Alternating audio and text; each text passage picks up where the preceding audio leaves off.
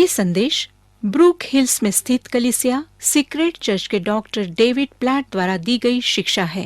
पवित्र आत्मा का रहस्य। जब हीथर और मैं कुछ वर्षों के लिए एक साथ घूमते फिरते थे तो ये स्पष्ट था कि परमेश्वर मेरी अगुवाई कर रहा है कि मैं इस लड़की से विवाह के बारे में बात करूं। इसीलिए उस समय मैं शादी की अंगूठी या मंगनी की अंगूठी के लिए खरीदारी की प्रक्रिया में लग गया। मैंने बचत की और एक अंगूठी ले ली। मुझे याद है कि मैंने ये मंगलवार की सुबह ली थी और मैं ऐसा मनुष्य हूं जिसकी प्रवृत्ति चीजें खो देने की है, और मैंने सोचा ये एक ऐसी चीज है जिसे मैं खोना नहीं चाहता और अभी ये मेरे पास है और जितनी जल्दी हो सके उतनी ही जल्दी ये मेरे कब्जे से दूर होनी चाहिए। इसीलिए मेरी योजना ये थी कि मंगलवार की रात को मुझे उससे शादी करने के लिए पूछना था। मेरे पास लगभग 10 घंटे थे जिसमें मुझे दिन में इस अंगूठी को संभाल कर सुरक्षित रखना था। अब मुझे केवल एक ही कार्य करना था और मुझे दुकान में जाकर संगीत की एक सीडी खरीदनी थी जिसे मैं मंगनी की पूरी प्रक्रिया में बजा सकूं। इसीलिए मुझे जाकर ये विशेष सीडी लेने की आवश्यकता थी और मैं बहुत ही अधिक भयभीत था कि कहीं यही दिन वो ना हो जब मैं दुकान में जाऊं और कोई मनुष्य आकर मुझसे ये अंगूठी लूट कर ले जाए। अतः मैंने फैसला किया कि जितनी सावधानी ले सकता हूं उतनी मैं लूंगा। बाहर तो इतना ठंडा नहीं था, लेकिन मैंने सबसे भारी कोट लिया। इसके अंदर एक छोटी सी जेब थी। मैंने जेब को खोला, उसमें अंगूठी को रखा और जेब की जिप बंद कर दी। फिर ये कोट मैंने पहन लिया। दुकान पहुंचकर मैं कार से निकला और मैंने अपने हाथ से आगे की ओर झुककर इस अंगूठी को पकड़ लिया ताकि मेरा हाथ हमेशा ही उस अंगूठी पर रहे, और मैं इसी तरह से दुकान के अंदर चला गया और दुकान के अंदर इस विशेष सीडी को खोजने लगा और मुझे ढूंढने में कठिनाई हो रही थी। चारों तरफ अजीब तरीके से देखते हुए मैंने सोचा कि मुझे यहाँ पर मदद की जरूरत है। एक स्त्री जो वहां काम करती थी, मैं उसके पास गया और कहा, मैं ये सीडी खोज रहा हूं, क्या आप मेरी सहायता कर सकती हैं? और उसने कहा, जरूर। तो वो मुझे स्टोर के अंदर घुमा घुमा कर वो सीडी खोजने में मेरी मदद करती रही और उसने मुझसे बात करनी आरंभ कर दी। मैं उससे बात नहीं करना चाहता था, पर वो तो मुझसे बात करना चाहती थी। उसने कहा, आप यही विशेष सीडी क्यों लेना चाहते हैं? मैंने कहा, आज रात को मेरी मंगनी हो रही है। उसने पूछा, क्या आपके पास अंगूठी है? ये तो एक ऐसा क्षण था जब आप सोचते हैं कि इस मामले में परिस्थितियों के अनुसार क्या झूठ बोलना ठीक होगा। मैंने उसकी तरफ देखा और मैंने झूठ नहीं बोला। मैंने कहा, हाँ, मेरे पास अंगूठी है। उसने उत्तर दिया, मैं उसे देखना चाहूंगी। और मैंने सोचा, बस अब मैं उसे निकालूंगा, दौड़ता हुआ कोई व्यक्ति आकर उसे ले जाएगा, बस फिर सब कुछ खत्म हो जाएगा। हम तो स्टोर के पिछले भाग में थे। मैंने दूसरों की तरफ अपनी पीठ करते हुए कोट की जिप खोली, अंगूठी को निकाला और उसे दिखाया। वो आगे की ओर झुककर उसको देखते हुए बोली, वाह, ये तो बहुत सुंदर है। फिर वो अपने सभी सहकर्मचारियों से चिल्लाकर बोली, सुनो सब लोग, इस लड़के की मंगनी हो रही है, आओ ये अंगूठी देखो। सभी लोग आकर उस अंगूठी को देखने लगे और मैं तो बस यही कह रहा था, कृपया आप मुझे केवल वो सीडी दे दें। अंततः उसने मुझे वो सीडी दे दी और मैं तो दौड़ता हुआ बाहर आ गया। मुझे याद है उस दिन मेरे बारे में सब कुछ बदल गया था। मेरे चलने का तरीका, बात करने का तरीका और मेरे व्यवहार करने का तरीका, सब कुछ बदल गया था जब मैंने ये समझा कि मेरे पास कितनी मूल्यवान वस्तु है। मैं आपको याद दिलाना चाहता हूं कि हमारे पास परमेश्वर की पवित्र आत्मा का एक मूल्यवान खजाना है जो हमारे अंदर है। ये तो हमारे अंदर रहता है। ये पवित्र आत्मा परमेश्वर का है जो हमारे अंदर रहता है।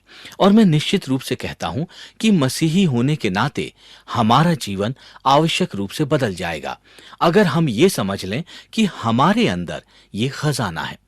अगर हम वास्तव में विश्वास करें कि पवित्र आत्मा के रूप में कितना बहुमूल्य, कीमती और बड़ा खजाना हमारे अंदर रहता है। ये विषय किसी दुर्घटनावश या संयोग से नहीं आया है। पिछले वर्ष विभिन्न परिस्थितियों द्वारा और ज्यादातर एक पास्टर होने के नाते मेरी पूर्ण असमर्थता के द्वारा मैं अपनी आत्मनिर्भरता के आमने सामने आया हूं और इससे मुझे बहुत दुख होता है। एक डरावने एहसास के आमने सामने।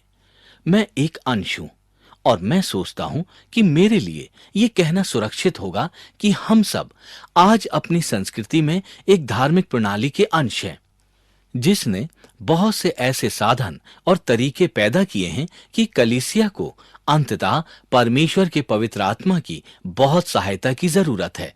हमें कलीसिया की उन्नति के लिए अपने मुंह के बल गिरना या उपवास रखना नहीं होता है। ये सब करने के लिए हमारे पास हाट व्यवस्था है। प्रार्थना के द्वारा हमें लोगों की भीड़ लगाने की जरूरत नहीं है। उसके लिए हमारे पास विज्ञापनों द्वारा प्रचार की व्यवस्था है। एक इमारत में हमने आत्मिक जीवन के अस्तित्व के बदले में अपनी शारीरिक उपस्थिति की भूल करके अपने आप को धोखा दिया है। यह बहुत ही भयानक ढंग से संभव है। मुझे पूरा विश्वास है कि मेरा जीवन और मेरी कलीसिया और जितने भी कलीसियाओं का प्रतिनिधित्व हम लोग कर रहे हैं, हमारे लिए भयंकर रूप से ये संभव है कि हम कलीसिया में होने वाले नित्य कर्मों और प्रत्येक कार्यक्रमों को इस प्रकार से करते हैं कि अंत में जब हम देखते हैं तो हमें पता चलता है कि इस प्रक्रिया में परमेश्वर का आत्मा लगभग पूरी तरह से अनुपस्थित था और पूरी तरह से उसकी उपेक्षा की गई। पहले से अधिक विश्वास के साथ मैं कहता हूं कि सबसे बड़ी रुकावट, मैं जानता हूं कि ये एक बहुत ही स्पष्ट कथन है। मैं नहीं सोचता कि ये अतिशयोक्ति है कि संसार में आज परमेश्वर की महिमा की प्रगति के कार्य में सबसे बड़ी बाधा है कि कलीसिया परमेश्वर का कार्य परमेश्वर के आत्मा की शक्ति से अलग होकर करता है। अगर ये हमारी संस्कृति में आत्मनिरंतर वह विचार जो हमें चारों ओर से घेरे हुए है नहीं है तो क्या है? क्या ये आत्मनिर्भरता की मानसिकता नहीं है जो हमें दुख देती है कि संसार में सुसमाचार के फैलाव के काम में ये बाधा है। निर्गमन 33:1 परमेश्वर ने मूसा से कहा, तू इन लोगों को जिन्हें तू मिस्र देश से छुड़ा लाया है संग होकर उस देश को जा जिसके विषय मैंने इब्राहिम, इसहाक और याकूब से शपथ खाकर कहा था कि मैं उसे तुम्हारे वंश को दूंगा। मैं तेरे आगे आगे एक दूत को भेजूंगा और कनानी, एमोरी, हिब्बी, परिज्जी, हिब्बी और यबूसी लोगों को बरबस निकाल दूंगा। तुम लोग उस देश को जाओ जिसमें दूध व मधु की धारा बहती है, परंतु मैं तुम्हारे साथ नहीं चलूंगा क्योंकि तुम लोग हठीले हो। ऐसा न हो कि मैं मार्ग में तुम्हारा अंत कर डालूं। पद 15 मूसा ने कहा, यदि तू आप न चले तो हमें यहां से आगे न ले जा। कोई ये कैसे जानेगा कि तेरी अनुग्रह की दृष्टि मुझ पर और अपनी प्रजा पर है? क्या इससे नहीं कि तू हमारे संग चले, जिससे मैं और तेरी प्रजा के लोग पृथ्वी भर के सब लोगों से अलग ठहरें। यहोवा ने मूसा से कहा, मैं ये काम जिसकी चर्चा तूने की है करूंगा, क्योंकि मेरे अनुग्रह की दृष्टि तुझ पर है और तेरा नाम मेरे चित्त में बसा है। फिर मूसा ने कहा, मुझे अपना तेज दिखा।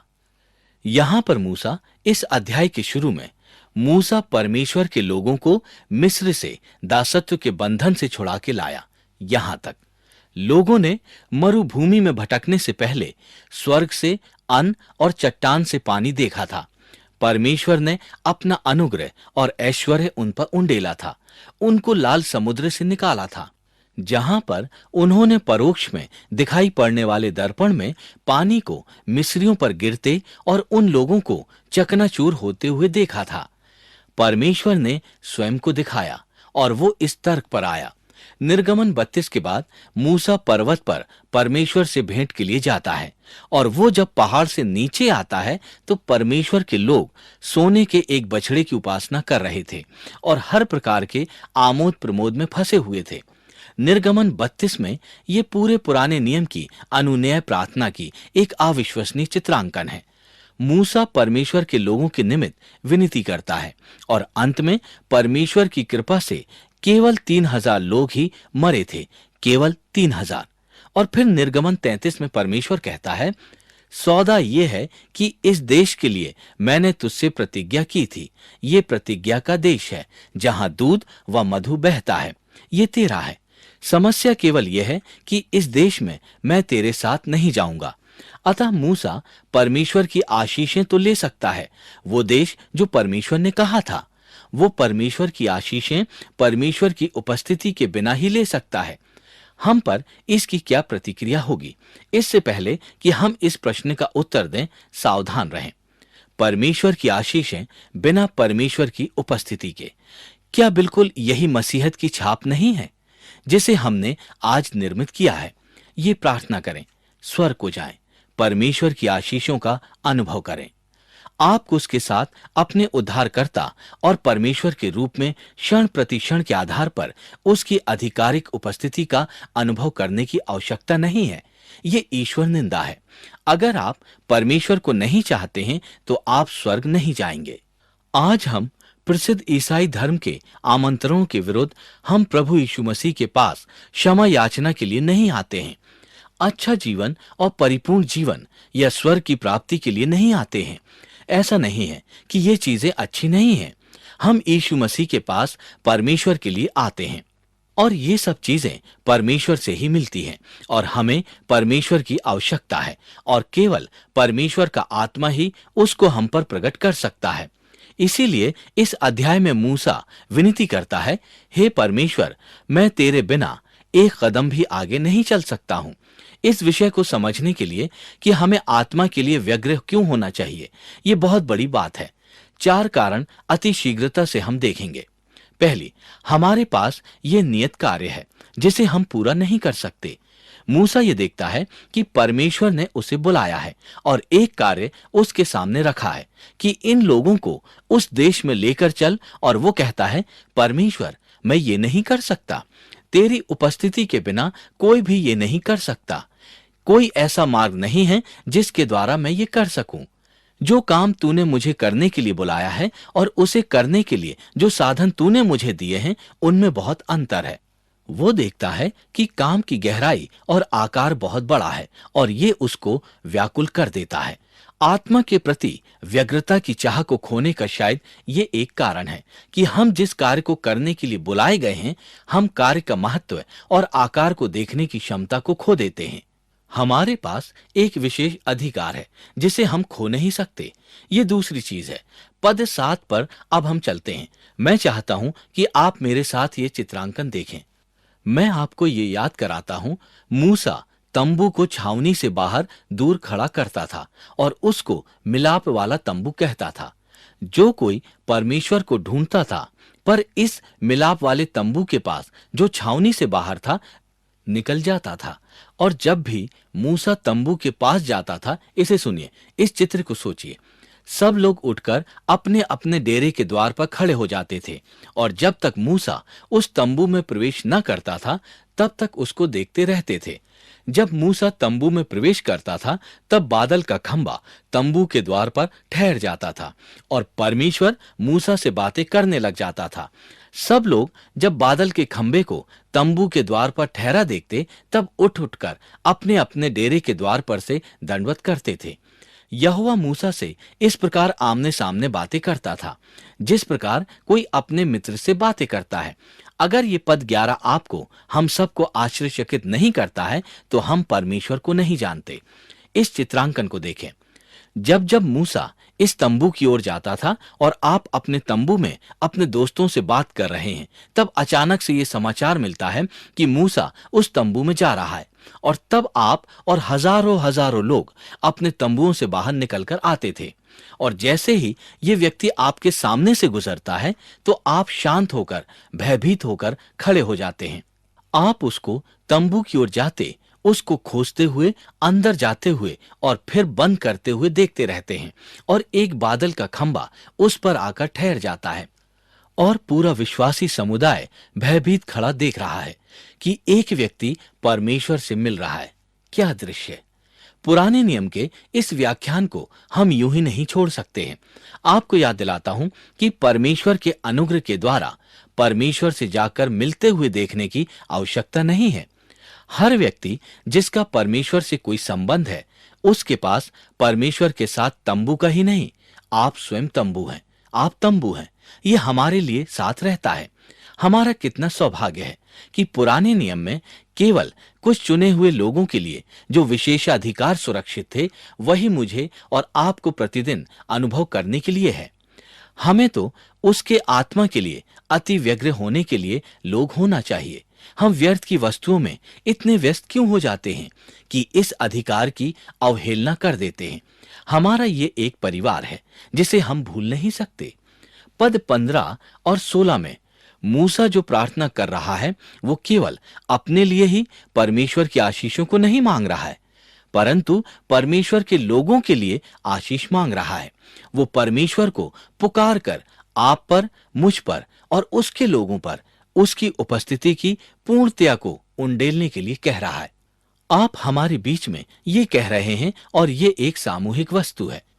हम देखेंगे कि परमेश्वर का आत्मा लोगों के बीच में रहता है।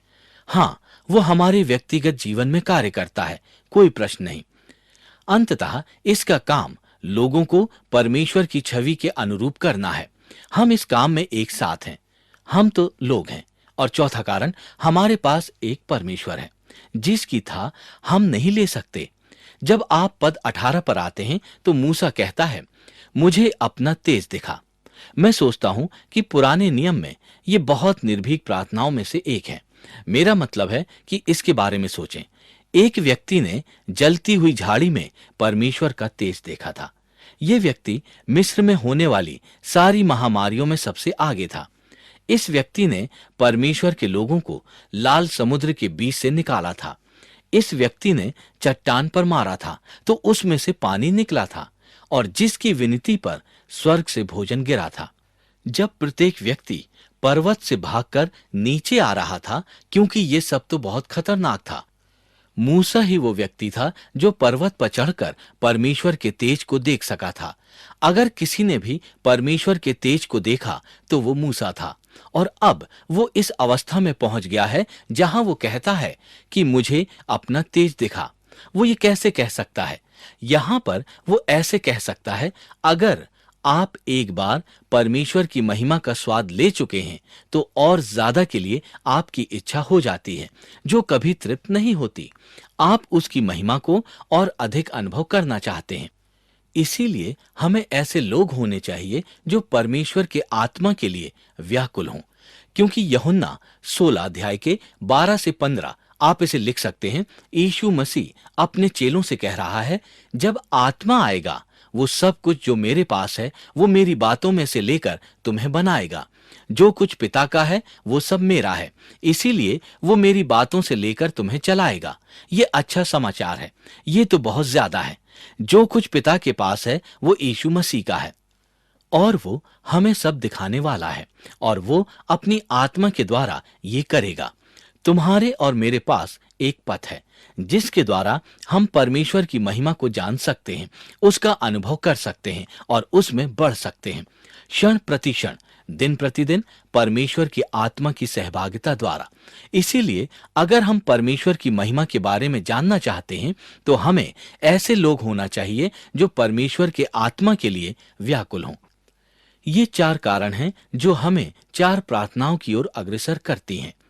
ये बहुत बड़ी जागृति के महत्व में जोनाथन एडवर्ड्स ने कहा था, जब परमेश्वर अपने चर्च के लिए कुछ महान कार्य पूरा करता है तो उसकी ये इच्छा होती है कि उस कार्य से पहले उसके लोगों की अनोखी व विशेष प्रार्थनाएं हों। 4 प्रार्थनाएं। पहली, प्रभु की उपस्थिति वहां हो। भजन संहिता 44:23। हे प्रभु जाग, तू क्यों सोता है। भजन संहिता 80:14। हे प्रभु फिर आ, स्वर्ग से ध्यान देकर देख और हमारी सुधि ले। दूसरी, परमेश्वर का वचन पूरी तरह से फैल जाए। नहम्याह 8 दूसरा अध्याय 34। ये वो समय है जब परमेश्वर की सामर्थ पुराने नियम में असाधारण तरीकों से दिखाई गई। नहम्याह 8 में जब उसने पुस्तक खोली और पढ़ना आरंभ किया तो सब खड़े हो गए। उन्होंने अपने हाथ उठाकर बड़े शब्द में आमीन आमीन कहा और उसके वचन की प्रतिक्रिया में धरती पर माथा टेककर दंडवत किया। दूसरा इतिहास 34। हमें ये पुस्तक मिल गई, वो पुस्तक जिसकी हमने अवहेलना की, उपेक्षा की, हमें ये मिल गई। और ये तो इजराइल के लोगों में धार्मिक जागृति की चिंगारी को भड़काती है। परमेश्वर का वचन भरपूर फैले। हम वचन को ग्रहण करें। हम वचन को ग्रहण करें ठीक उसी प्रकार जैसे उन लोगों ने किया जब एजरा की पुस्तक खोली गई। नहेमिया ने और लोगों ने उसके उत्तर में आराधना की। हम वचन को फिर से नया बनाएं। पवित्र आत्मा के सिद्धांतों को सीखना नहीं है। अगर ये हमारा उद्देश्य है तो हमने विशेष बात या मुद्दे को खो दिया है, क्योंकि ये तो बहुत ही आत्म केंद्रित उद्देश्य है। मेरी मनपसंद कहानियों में से डीएल मूडी की एक कहानी है। ये तो पुराने समय से ही एक प्रसिद्ध प्रचारक हैं। अमेरिका में हर प्रकार के स्थानों में धार्मिक जागृति की सभाओं में ये तो प्रचार कर रहे थे। कई लोग यीशु मसीह के निकट आ रहे थे। इंग्लैंड में इन्होंने अपने प्रचार का कार्य शुरू किया और अपने प्रचार के शुरू में उन्होंने अपनी जीवनी में एक कहानी बताई। ये कहानी उनके एक विशेष कलीसिया में रविवार की प्रातः को प्रचार के बारे में है। पूरे समय उन्होंने अपना दिल खोलकर प्रचार किया, लेकिन उन्होंने कहा यह तो वो क्षण था जब आप सोचते हैं कि कोई आपकी बात सुन रहा है या नहीं, और ऐसा लगता है कि इसमें तो ज्यादा जोश नहीं है। और अंत में आकर उन्होंने लोगों को सुसमाचार के प्रति कुछ कहने या करने की चुनौती दी। किसी ने कोई तरह की प्रतिक्रिया नहीं की। ये बिल्कुल निर्जीव होने के समान था। और उस रात वो फिर से प्रचार करने वाले थे और वो वास्तव में बहुत ही निराश थे। वो तो काफी हद तक इस रात वापस ही नहीं आना चाहते थे, पर वो उस रात वापस आए और दोबारा उन्होंने प्रचार किया। और उन्होंने अपनी पत्रिका में कहा कि उस रात जब वो प्रचार कर रहे थे तो कमरे में एक भिन्न प्रकार की मनोदशा थी। लोग तत्परता से अपनी कुर्सियों के किनारे बैठे थे, वो सुन रहे थे। उन्होंने अंत में आकर लोगों को सुसमाचार के प्रति कुछ कहने या करने की चुनौती दी। उन्होंने कहा, अगर आज रात आप यीशु मसीह में विश्वास करना चाहते हैं तो मैं आपको अपने स्थान पर खड़े होने के लिए आमंत्रित करता हूं। और उस कमरे में वही लोग जो सुबह ऐसे बैठे हुए थे मानो कि सो रहे हों, अब खड़े हो गए।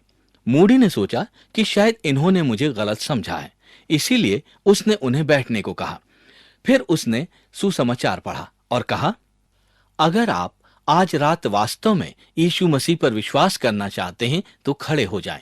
दूसरी बार पहली बार से ज्यादा लोग खड़े हो गए। मूडी को अभी भी विश्वास नहीं हुआ था, यहां तो कुछ खो रहा है। इसीलिए उसने लोगों से फिर कहा, बैठ जाइए, ये सच्ची कहानी है। उसने कहा, बैठ जाइए। उसने फिर से सुसमाचार पढ़ा और कहा, अगर आप वास्तव में आज रात यीशु मसीह के प्रति कुछ करना चाहते हैं तो मुझे और पास्टर जी को इस सभा के समाप्त होने पर साथ वाले कमरे में मिले। उसने कहा, हम केवल देखेंगे कि वो इसके इच्छुक है भी या नहीं। उन्होंने वो सभा समाप्त कर दी। वो साथ वाले कमरे में जाते हैं तो उसको बिल्कुल भरा हुआ पाते हैं। केवल खड़ा होने के लिए वहां पर स्थान था। मूडी को अभी भी विश्वास नहीं हुआ। उसने फिर से कहा, अब अगर आप वास्तव में यीशु मसीह में विश्वास करना चाहते हैं तो कल रात को वापस आइए। मूडी तो अगले दिन सवेरे ही जा रहे थे।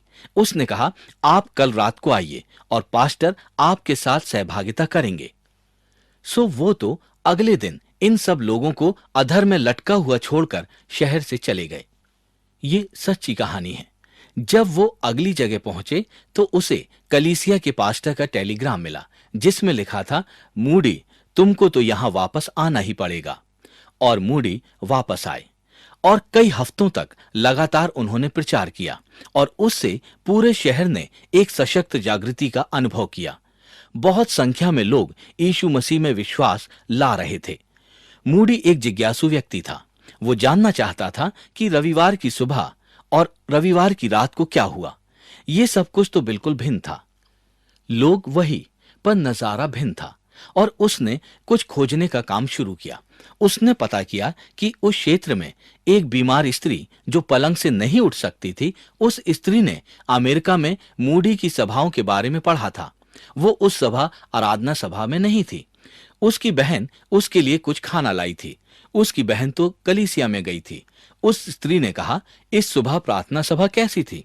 और उसकी बहन ने उत्तर दिया, वो तो नीरस थी। डीएल मूडी नामक एक व्यक्ति ने प्रचार किया था। तुरंत ही उस स्त्री की आंखों में चमक आ गई और वो बोली, मैं तो प्रार्थना कर रही थी कि परमेश्वर इस व्यक्ति को प्रचार करने के लिए हमारे समुदाय में लाए। मेरा खाना अलग रख दो। पूरी दोपहर मैं उपवास करके प्रार्थना करूंगी कि परमेश्वर का आत्मा हमारे समुदाय, हमारे चर्च और उस व्यक्ति के द्वारा अपनी आशीषें उंडेले। पवित्र आत्मा, हमने इसके व्यक्तित्व और ईश्वरत्व के बारे में अध्ययन किया था। अब हम पवित्र आत्मा की नम्रता के बारे में देखेंगे और यहां से हर चीज बहुत ही मनोरंजक हो जाएगी। नम्रता। अभी अभी हमने ये प्रमाणित किया कि परमेश्वर का आत्मा कम नहीं है, पुत्र से कम परमेश्वर नहीं है, किसी भी प्रकार से वो आंशिक परमेश्वर नहीं है। अगर हम इस सत्य को छोड़ देते हैं तो हम विधर्म में चले जाते हैं। धर्मशास्त्र हमें जो शिक्षा देता है हम उससे चूक जाते हैं। इसीलिए वो पूर्णतया परमेश्वर है, गुण में बराबर है। परंतु धर्मशास्त्र हमें यह सिखाता है कि कार्य करने में आत्मा अधीनस्थ है। यहां मेरा यह मतलब है कि अगर मैं एक मानवीय उपमा जिसे धर्मशास्त्र उपयुक्त करता है मैं यहां पर प्रयुक्त करूं। इफिसियों 5। हे पत्नियों, अपने पति के अधीन रहो। क्या पति और पत्नी और स्त्री मान्यताओं में बराबर है? बिल्कुल। परमेश्वर के सामने पुरुष से छोटी नहीं है, पुरुष बड़ा स्त्री नहीं है। हमारी संस्कृति में इफिसियों 5 को अक्सर तोड़ा मरोड़ा जाता है। इफिसियों 5 हमें यह नहीं सिखाता है, परंतु हमारे यहां कार्यों में अधीनता है जो किसी भी प्रकार से मान्यताओं को अस्वीकार नहीं करती, जो स्त्री और पुरुष के सार को कम नहीं करती। यही एक संपूर्ण चित्रण न केवल विवाह में बल्कि कलीसिया में भी है। हम एक दूसरे के अधीनस्थ हैं। इफिसियों 5 इसी के बारे में विभिन्न रूपों में बात करता है। बच्चे अपने माता पिता के आज्ञाकारी रहें। ठीक है, कार्य क्षेत्र में पुत्र मेरे अधीन है और इन कई वर्षों से हम इस बात को स्पष्ट करने की प्रक्रिया में हैं, तो इसका यह अर्थ नहीं है कि कोई किसी से कम है, केवल कार्य भिन्न है। जब हम परमेश्वर के आत्मा के कार्य के बारे में उसकी अधीनस्था की बात करते हैं तो हम ये नहीं कह रहे हैं कि वो परमेश्वर से कम है, पर हम ये कह रहे हैं कि कार्य में आत्मा अधीन है, उसी प्रकार से जैसे यीशु मसीह है। कुरिन्थियों 11:3 यीशु मसीह से इसी के बारे में बात करता है। हर एक पुरुष का सिर मसीह है और स्त्री का सिर पुरुष है और मसीह का सिर परमेश्वर है। यहां पर चित्रण यह है कि मसीह का सिर परमेश्वर पिता है। यहां पर ऊंच और नीच की कोई समस्या नहीं है, यहां तो कार्य की अधीनस्था है। तो हम यहां पर आत्मा की नम्रता देखते हैं, एक अधीन कार्य। वो पिता की सहायता करता है। धर्मशास्त्र हमें यहां यह सिखाता है। उत्पत्ति 1:2 आदि में परमेश्वर ने आकाश और पृथ्वी की सृष्टि की। पृथ्वी बेडोल और सुनसान पड़ी थी, गहरे जल के ऊपर अंधियारा था और परमेश्वर का आत्मा जल के ऊपर मंडलाता था। परमेश्वर का आत्मा संरचना में अधीनस्थ भूमिका में पिता की सहायता करता है।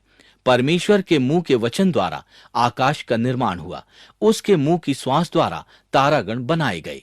हम इसे कुछ समय बाद देखेंगे। दूसरा, केवल पिता के साथ ही नहीं, वो पिता की सहायता करता है और वो पुत्र को उन्नत करता है। यीशु मसीह ने कहा, जब सत्य का आत्मा आएगा तो वो सत्य में तुम्हारी अगुवाई करेगा। इसको सुनिए, वो स्वयं बात नहीं करेगा, वो केवल वही बोलेगा जो वो सुनता है और वो तुम्हें आने वाली चीजों के बारे में बताएगा। तुम्हें वो बताएगा और मेरी महिमा करेगा। वो मेरी महिमा करेगा। आत्मा की नम्रता के द्वारा हम यही बात समझते हैं। आत्मा जो सुनता है उसे तुम्हें बताकर यीशु मसीह को महिमा देता है। आत्मा हमारे अंदर आत्मा की अधिकता के लिए नहीं है, आत्मा हमारे अंदर पुत्र की अधिकता के लिए है। आत्मा की नम्रता यही है। हम देखते हैं कि धर्मशास्त्र में किस प्रकार से आत्मा इसको प्रेरित करता है। उद्धार के संबंध में भविष्यवक्ताओं ने तुम पर होने वाले अनुग्रह के बारे में बातें की और अत्यंत सावधानी से उनमें यीशु मसीह का आत्मा होने की ओर संकेत किया। दूसरा कुरिन्थियों 3:18 हमारे प्रभु के आत्मा द्वारा अंश अंश करके उसके रूप में ही बदलने की बात करता है। ग्रीक भाषा में आत्मा को न्यूमा कहते हैं।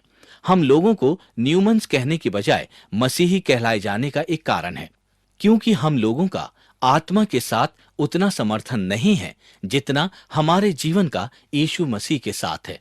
और आत्मा यीशु मसीह के बारे में हमें प्रमाण देता है। आत्मा हमारे अंदर रहता है, लेकिन एक नम्रता के साथ जो यीशु मसीह को उन्नत करती है।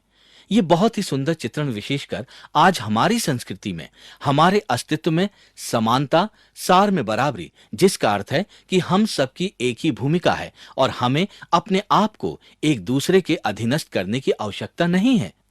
पत्नियों को अपने आप को पति के अधीन करने की आवश्यकता नहीं है। हमें एक दूसरे की अधीनता की आवश्यकता नहीं है। आजकल हम एक ऐसी संस्कृति में रहते हैं जो आधिपत्य के चित्रण को गलत साबित करते हैं, और त्रिएक में एक बहुत ही सुंदर चित्रण है जहां आत्मा अपने सार में पिता के बराबर है, जो अनिच्छा से नहीं परंतु प्रसन्नता से परमेश्वर के अधीनस्थ है। जैसे कि इफिसियों 5 में एक पत्नी जो प्रसन्नता से एक स्नेहशील पति के अधीनस्थ है, जो अपनी पत्नी के लिए अपने प्राण तक देता है। पवित्र आत्मा की नम्रता के पीछे आत्मा ही है। कुछ दृश्यों में वो यीशु मसीह की महिमा करता है। ठीक उसी समय में कई पहलुओं में आत्मा सामने और बीच में काम करता है, और ये हमें आत्मा के अधिपत्य की ओर ले चलता है। पवित्र आत्मा स्पष्ट रूप से निसंदेह कार्यरत है, और वो इस बात को स्पष्ट कर देता है और अपनी उपस्थिति को दर्शाता है। जब आत्मा उन लोगों पर उतरा तो वे भविष्यवाणी करने लगे। ये बहुत स्पष्ट था कि आत्मा अपनी उपस्थिति का आभास करवा रहा था। प्रेरितों के काम अध्याय 2 में जब पिन्तेकुस्त का दिन आया तो एकाएक आकाश से बड़ी आंधी की सी सनसनाहट का शब्द हुआ और उससे सारा घर गूंज गया। उन्हें आग की सी जीभें फटती हुई दिखाई दी और उनमें से हर एक पर आ ठहरी, और वे पवित्र आत्मा से भर गए और आत्मा ने उन्हें सामर्थ दी। वे अन्य भाषा बोलने लगे। ये एक भव्य प्रवेश कहलाता है। जब आग की जीभें लोगों पर ठहरती हैं तो आप अपनी उपस्थिति का स्पष्ट रूप से आभास कराते हैं। वो अपनी उपस्थिति का आभास करवाता है। वो अपनी सामर्थ का आभास करवाता है। परमेश्वर ने चिन्हों, चमत्कारों और अलौकिक कार्यों और पवित्र आत्मा के वरदानों द्वारा इसको प्रमाणित किया। कुरिन्थियों 2:4, आत्मा का सामर्थ रोमियो 15:18-19, और चिन्हों और अद्भुत कामों की सामर्थ्य से और पवित्र आत्मा की सामर्थ्य से। इसीलिए आत्मा अपनी सामर्थ, अपनी उपस्थिति और अपने उद्देश्य का आभास करवाता है। प्रेरितों के काम 1:8 में पूरा चित्रण यही है। जब पवित्र आत्मा तुम पर आएगा तब तुम सामर्थ पाओगे और मेरे गवाह होगे। प्रेरितों के काम 13 हम ये पहले भी पढ़ चुके हैं। जब वो उपवास सहित प्रभु की उपासना कर रहे थे तो पवित्र आत्मा ने कहा, मेरे निमित्त बरनबास व शाऊल को उस काम के लिए अलग करो जिसके लिए मैंने उसे बुलाया है। परमेश्वर का आत्मा हमारी कलीसियाओं में यही करे। परमेश्वर की आत्मा हमारे हृदयों से बातें करे। उन्हें पुकारो, उन्हें अभी पुकारो। हम आज्ञाकारी होकर उत्तर देंगे। हमारे जीवनों में अपने उद्देश्य को हमें बताओ। प्रेरितों के काम में आत्मा ये कर रहा है। पवित्र आत्मा व्यक्ति है, उसका व्यक्तित्व है, उसकी नम्रता और उसका आधिपत्य है। उसके व्यक्ति होने का ये संपूर्ण चित्रण है। पुराने नियम के दूसरे भाग और नए नियम में हमने कहा है कि इसका छुटकारे के इतिहास की कहानी से क्या सामंजस्य होता है। आत्मा का कार्य छुटकारे के इतिहास के कई पहलुओं से इस प्रकार से जुड़ा है कि मैं सोचता हूं कि आत्मा के कार्य को समझने का सबसे उत्तम तरीका इसको समझना है, केवल एक सूची के द्वारा ही नहीं। पवित्र आत्मा ये 15 चीजें करता है। इसके बजाय मैं देखना चाहता हूं कि धर्मशास्त्र की कहानी के संदर्भ में पवित्र आत्मा क्या करता है, और केवल धर्मशास्त्र ही नहीं परंतु छुटकारे में हमारे जीवनों में क्या होता है। याद रखिए कि छुटकारा एक शब्द है। इसका अर्थ है मनोरंजन, मेल मिलाप, नवीनीकरण। परमेश्वर का अपने लिए लोगों का नवीनीकरण करना, उसका अपने लिए लोगों से मेल मिलाप करने के बारे में ये एक कहानी है। छुटकारे के इतिहास में 4 मुख्य चरण हैं। ये चारों चरण पवित्र आत्मा के कार्य के बारे में हमारी समझ को रूप देंगे। पहला, हम ये प्रश्न पूछेंगे कि आत्मा की सृष्टि में क्या भूमिका है। फिर मनुष्य के विनाश में, उत्पत्ति 3 में संसार में पाप के आगमन के संदर्भ में आत्मा किस प्रकार से संसार में पाप के साथ संबंध स्थापित करता है। फिर मुक्ति, इस पर हम अपना ज्यादा समय व्यतीत करेंगे। आत्मा किस प्रकार से हमें यीशु मसीह के प्रतिरूप में पुनर्जीवित करता है। आत्मा किस प्रकार से हमें मुक्ति दिलाता है। और फिर पूर्णता तक पहुंचना, आत्मा किस प्रकार से हमारे उद्धार को संपूर्ण करता है। तो हम सृष्टि की संरचना में आत्मा से आरंभ करेंगे। एक महत्वपूर्ण शीर्षक, पुराने नियम में एक महत्वपूर्ण शीर्षक पवित्र आत्मा के लिए परमेश्वर का आत्मा। पुराने नियम में आप पवित्र आत्मा शीर्षक बहुत कम देखेंगे। इसके स्थान पर आप परमेश्वर का आत्मा शीर्षक ज्यादा देखेंगे। इसका कारण यह है कि इब्रानी भाषा ऐसे ही कार्य करती है। एक विशेषण, एक संज्ञा प्रयुक्त करने की बजाय व्यक्ति इब्रानी भाषा दो संज्ञाएं प्रयुक्त करती हैं। एक धार्मिक व्यक्ति करने की बजाय ये भाषा धार्मिकता वाला व्यक्ति कहती है। इसीलिए पुराने नियम में हर स्थान पर जब आप आत्मा का उल्लेख पाते हैं तो आप पवित्र आत्मा के ज्यादा संदर्भ नहीं पाएंगे। बहुत बार आप इसका अनुवाद परमेश्वर का आत्मा के रूप में पाएंगे। एक महत्वपूर्ण शीर्षक, दो महत्वपूर्ण सत्य। पहले, आत्मा इस संसार में परमेश्वर की उपस्थिति को प्रकट करता है। पूरे धर्मशास्त्र में वो भागीदार है, पूरे धर्मशास्त्र में उसकी सहभागिता है, पर नए नियम में उसकी विशेष संप्रयोग है। ऐसा नहीं है कि पुराने नियम में पवित्र आत्मा कार्यान्वित नहीं है, वो है। हम इस बारे में लगभग 100 संदर्भ पाते हैं, पर उसका कार्य नए नियम में नई वाचा के संदर्भ में विशेष रूप से महत्वपूर्ण हो जाता है। तो हम पुराने नियम में थोड़ा बहुत देखेंगे, लेकिन नए नियम में ये वास्तव में एक नए रूप से सजीव होता है। इसीलिए इस संसार में आत्मा परमेश्वर की उपस्थिति को प्रकट करता है। दूसरा महत्वपूर्ण सत्य, आत्मा कार्यों में परमेश्वर की सामर्थ्य को प्रदर्शित करता है। आत्मा को समझने की मूल छवि जो मेरे दिमाग में है वो ये है कि वो संसार में परमेश्वर की उपस्थिति को प्रकट करता है। दूसरा महत्वपूर्ण सत्य, आत्मा कार्यों में परमेश्वर की सामर्थ्य को प्रदर्शित करता है। आत्मा को समझने की मूल छवि जो मेरे दिमाग में है वो ये है कि वो संसार में परमेश्वर की उपस्थिति और संसार के कार्यों में वो परमेश्वर की सामर्थ्य है। परमेश्वर के वचन का वर्णन परमेश्वर की शक्तिशाली वाणी के रूप में है और परमेश्वर के आत्मा का वर्णन उसकी शक्तिशाली श्वास के रूप में है। हम कई विभिन्न स्थानों में देखेंगे जहां जहां परमेश्वर के आत्मा की बराबरी हुई है और इसको परमेश्वर का श्वास कहा गया है। 3 महत्वपूर्ण चीजें। पहला, आत्मा निर्माण करता है। आत्मा निर्माण के कार्य में पुत्र के साथ काम करता है ताकि पिता की इच्छा को सिद्ध कर सके। उत्पत्ति 1-2। हम सबको ये याद है, आदि में परमेश्वर। हम देखते हैं कि धर्मशास्त्र हमें ये बताता है कि संसार की संरचना में पिता, पुत्र और पवित्र आत्मा ये सभी भागीदार हैं। आदि में परमेश्वर, पिता ने आकाश और धरती को बनाया। परमेश्वर का आत्मा जल पर मंडराता था। यूहन्ना 1:1, कुलुसियों 1 संरचना में यीशु मसीह के प्रतापी होने का वर्णन है। आदि में वचन था, वचन परमेश्वर के साथ था और वचन परमेश्वर था। सब कुछ उसी के द्वारा उत्पन्न हुआ, कोई भी वस्तु उसके बिना उत्पन्न नहीं हुई।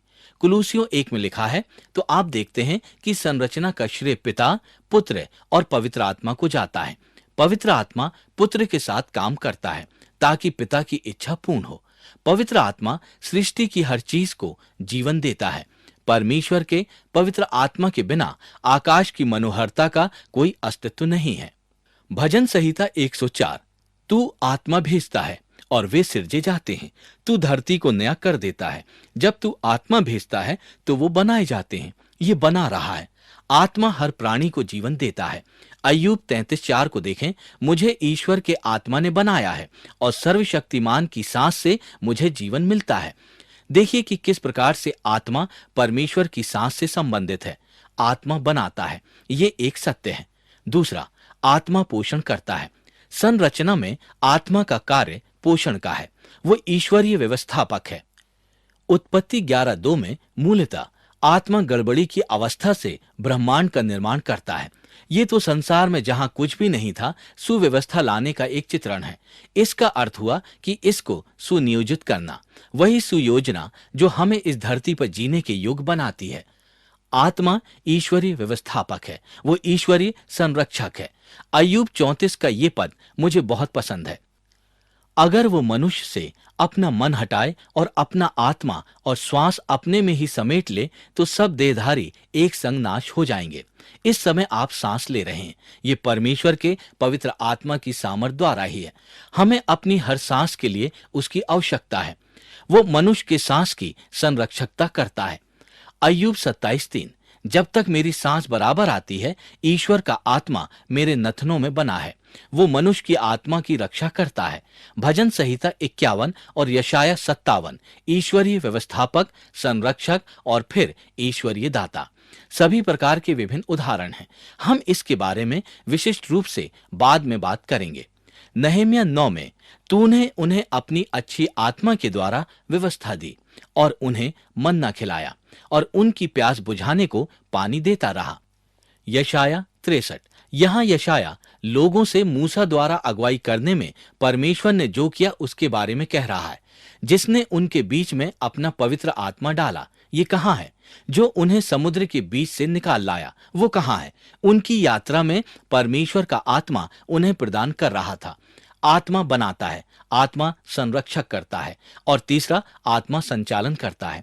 वो प्रकृति का नियंत्रण करता है। उसकी सांस से घास सूख जाती है और फूल मुरझा जाते हैं।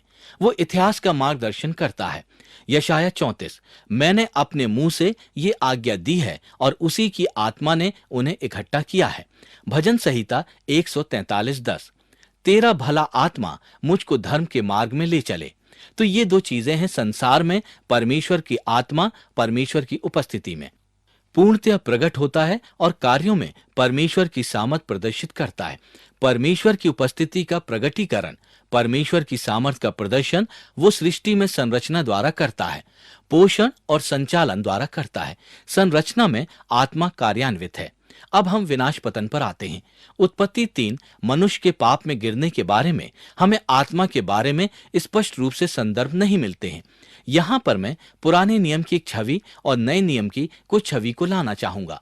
हमारे जीवनों में पाप से आत्मा किस प्रकार से संबंध स्थापित करता है, मनुष्य के पतन के परिणाम स्वरूप आत्मा किस प्रकार से हमारे जीवन में पापों को किस प्रकार से संबंध जोड़ता है, ये बहुत ही स्पष्ट वर्णन हमें यूहन्ना 16 में मिलता है। आत्मा पाप को दोषी ठहराता है। जब आत्मा आएगा तो वो संसार को पाप और धार्मिकता और न्याय के विषय में निरुत्तर करेगा। पाप के विषय में इसीलिए कि वे मुझ पर विश्वास नहीं करते, और धार्मिकता के विषय में इसीलिए कि मैं पिता के पास जाता हूं और तुम मुझे फिर न देखोगे। परंतु ये केवल कोई नया नियम की चीज नहीं है। पुराने नियम में आत्मा पाप का उत्तर देता है। ये दोनों सत्य एक साथ चलते हैं। पहले वो आज्ञाकारिता में परमेश्वर का आनंद प्रतिबिंबित करता है। हमारी आज्ञाकारिता में ये परमेश्वर का आनंद प्रतिबिंबित करता है। ये यूहन्ना 1 और यूहन्ना 3 में बहुत स्पष्ट है। हम वहां यीशु मसीह के बारे में बात कर रहे हैं। यीशु मसीह जो पिता परमेश्वर का पूरी तरह आज्ञाकारी है, स्वर्ग से आत्मा उस पर उतरी हुई है। इस प्रकार का चित्रण वहां है। मत्ती 3:16-18 में इसी चित्रण का वर्णन है। कबूतर की नाई आत्मा उतरा और उस पर ठहरा। ये मेरा प्रिय पुत्र है जिससे मैं अत्यंत प्रसन्न हूं। धर्मशास्त्र में आत्मा परमेश्वर की अवज्ञा और अप्रसन्नता भी प्रतिबिंबित करता है, और मैं चाहता हूं कि यहां पर आप इसको पुराने नियम में देखें। न्यायों की पुस्तक में सिमशोन नामक एक बालक का जन्म हुआ। ये बालक बड़ा हुआ और परमेश्वर ने उसे आशीषित किया और परमेश्वर का आत्मा उसको उभारने लगा। यहां हम परमेश्वर के आत्मा द्वारा सिमशोन पर परमेश्वर की कृपा देखते हैं। न्यायु 14, तब यहोवा का आत्मा उस पर बल से उतरा, और यद्यपि उसके हाथ में कुछ न था तो भी उसने शेर को ऐसा फाड़ डाला जैसे कोई बकरी का बच्चा। परमेश्वर का आत्मा सिमशोन को ऐसा करने में सक्षम बनाता है। यहोवा का आत्मा उस पर बल से उतरा और उसने अश्कलोन को जाकर वहां के 30 पुरुषों को मार डाला। उनका धन लूटकर 30 जोड़े कपड़े पहेली के बनाने वाले को दे दिया। न्यायु 15, वो लही तक आ गया था कि पलिश्ती उसको देखकर ललकारने लगे। तब यहोवा का आत्मा उस पर बल से उतरा और उसके बाहों की रस्सियां आग में जले सन के समान हो गई और उसके हाथों के बंधन गलकर टूट पड़े। उसने गधे के जबड़े की हड्डी को हाथ में लेकर 1000 पुरुषों को मार डाला। जब आप गधे के जबड़े की हड्डी को लेकर लोगों के मारने का साधन बना लेते हैं तो लगता है कि कुछ ठीक हो रहा है। सिमशोन का ये चित्रण है। इसका श्रेय उस परमेश्वर के आत्मा पर जाता है। परंतु हम शिमशोन के जीवन में पापों और आत्मनिर्भरता में एक अविरल रूप देखते हैं, और एक समय ऐसा आता है जब परमेश्वर अपने आत्मा द्वारा शिमशोन के जीवन में अप्रसन्नता दिखाता है। न्यायियों 16 में सिमशोन के जीवन में उसने कहा, हे सिमशोन, पलिश्ती तेरी घात में है। तब वो चौंक कर सोचने लगा, मैं पहले की नाई जाकर झटकूंगा। वो तो ये नहीं जानता था कि यहोवा उसके पास से चला गया है। यहां हम देखते हैं कि सिमशोन के अविरल पाप और आत्मनिर्भरता के प्रत्युत्तर में परमेश्वर की उपस्थिति उसका आत्मा सिमशोन को छोड़कर चला जाता है। यही चित्रण हम शाऊल के साथ पहला शमूएल 16 में देखते हैं। यहोवा का आत्मा शाऊल पर से उठ गया और यहोवा की ओर से एक दुष्ट आत्मा उसे डराने लगी।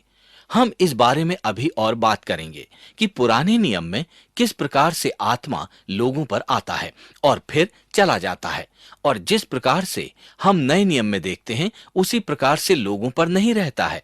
आज्ञाकारिता में परमेश्वर का आत्मा परमेश्वर की प्रसन्नता को प्रतिबिंबित करता है और अवज्ञा में परमेश्वर की अप्रसन्नता को। और फिर इसके बारे में आप सोचें कि नया नियम क्या सिखाता है। जब हम पाप करते हैं तो ये किस प्रकार से आत्मा को प्रभावित करता है। जब हम पाप करते हैं तो हम आत्मा को दुखी करते हैं।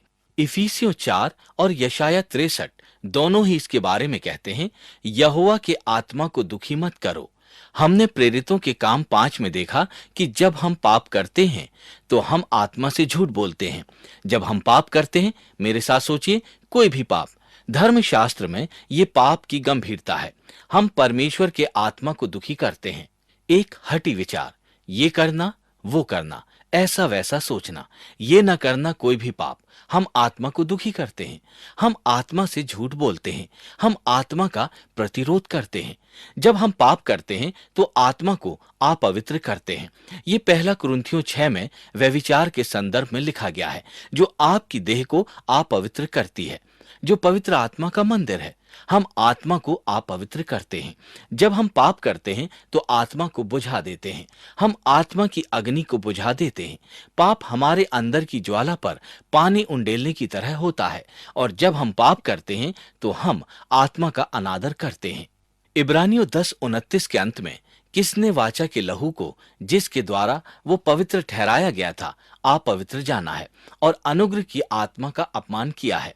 हमारे पाप निश्चित रूप से आत्मा को प्रभावित करते हैं और आत्मा हमारे पापों का प्रत्युत्तर देता है। आत्मा पाप पर विजय देता है। हम आत्मा में रहते हैं। रोमियो 8, यदि आत्मा से देह की क्रियाओं को मारोगे तो जीवित रहोगे। रोमियो 8 आत्मा का एक विजयी अध्याय है। रोमियो 7 एक प्रकार के युद्ध की छवि है। मैं नहीं जानता कि मैं क्या करता हूं, क्योंकि जो मैं चाहता हूं वो नहीं करता, परंतु जिससे मुझे घृणा आती है वही करता हूं।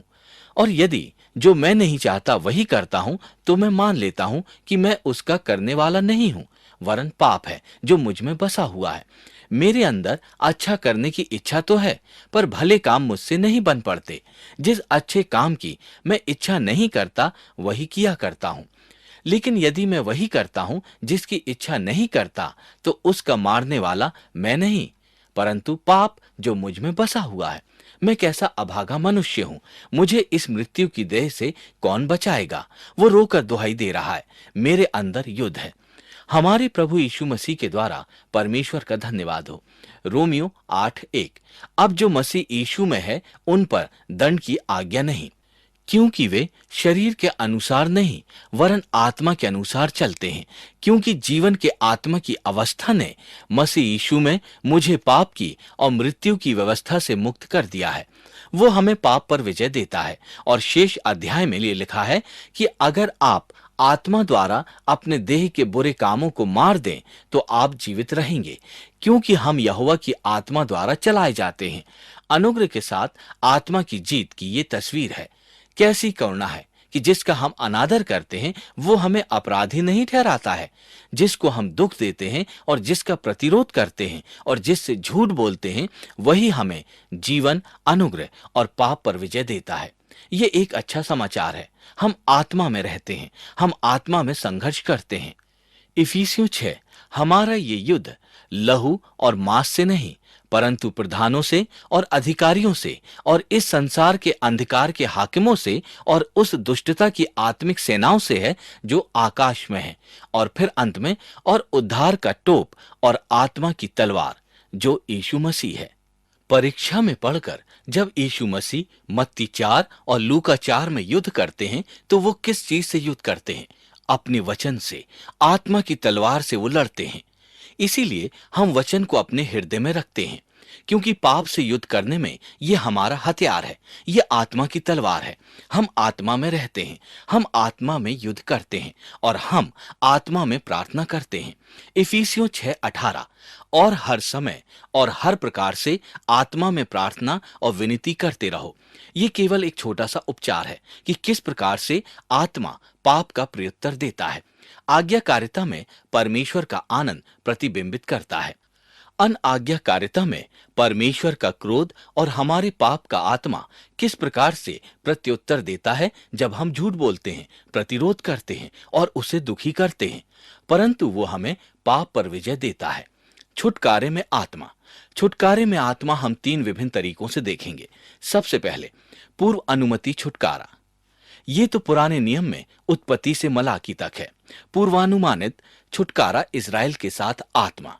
इसीलिए पुराने नियम में हम पूर्व अनुमानित छुटकारा के बारे में पाते हैं।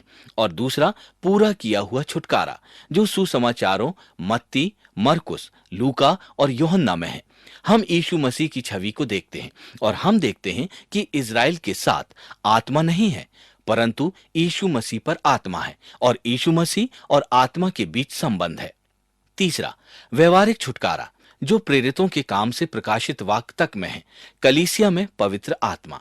व्यवहारिक छुटकारों में हम ये समझेंगे कि आत्मा हमारे जीवनों में क्या कर रहा है, पर इसको समझने के लिए हमें ये समझना है कि इसका किस प्रकार से पूर्व अनुमान हुआ है और यीशु मसीह में ये संपन्न हुआ।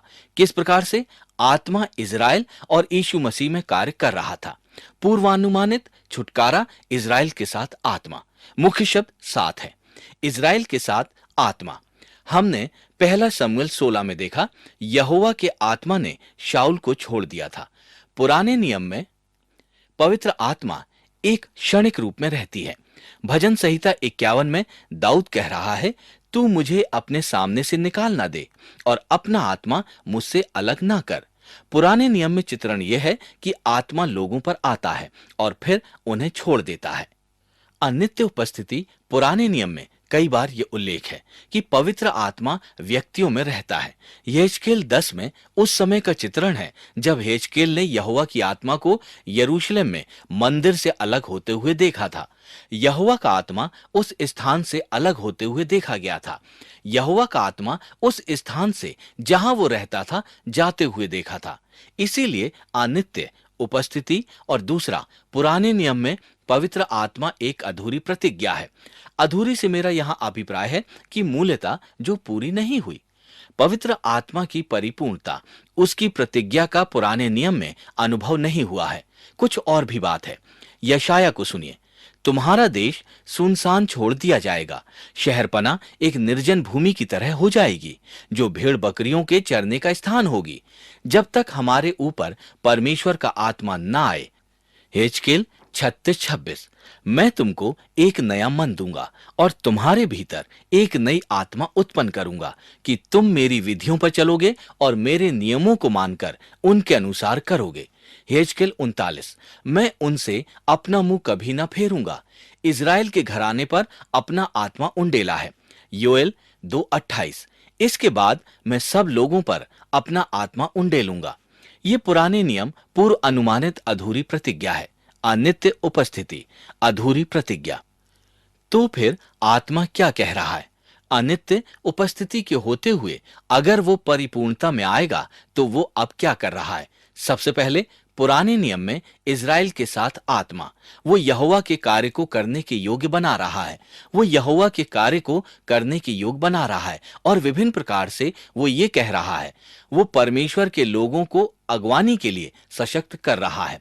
गिनती के अध्याय 11 में वो मूसा से कह रहा है, और जो आत्मा तुझ में है उसमें से कुछ लेकर उनमें समवाऊंगा और वे इन लोगों का भार तेरे संग उठाएंगे।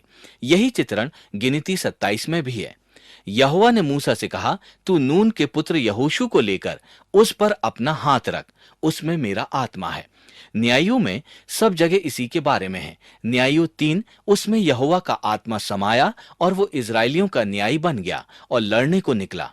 ये ओथनियल के बारे में है। न्यायु 6:34, यहोवा का आत्मा गिदोन में समाया।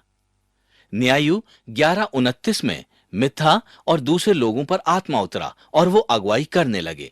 शमूएल 10, और परमेश्वर का आत्मा उस पर बल से उतरा और वो नबूवत करने लगा। आत्मा परमेश्वर के लोगों को अगुवाई करने के लिए परमेश्वर के कार्य द्वारा सशक्त करता है। दूसरा, वो परमेश्वर के लोगों को योग्यताओं से समर्थ करता है। परमेश्वर तो ये व्याख्या कर रहा था कि याजकों को क्या पहनना चाहिए, मंदिर कैसा दिखना चाहिए, वाचा का संदूक और तंबू कैसा लगना चाहिए। और वो क्या करता है, देखिए, यहोवा ने मूसा से कहा कि मैंने यहूदा की वंशावली से हूर के पुत्र ऊरी के पुत्र बसलेल को चुन लिया है और आत्मा उसमें उंडेला है। हर प्रकार के दस्तकारी के कार्य करने की योग्यता, क्षमता और ज्ञान से भरा है कि वो लकड़ी, सोना व चांदी, कांसे पत्थरों को ढालकर हर प्रकार की चीजें बनाने में निपुण है।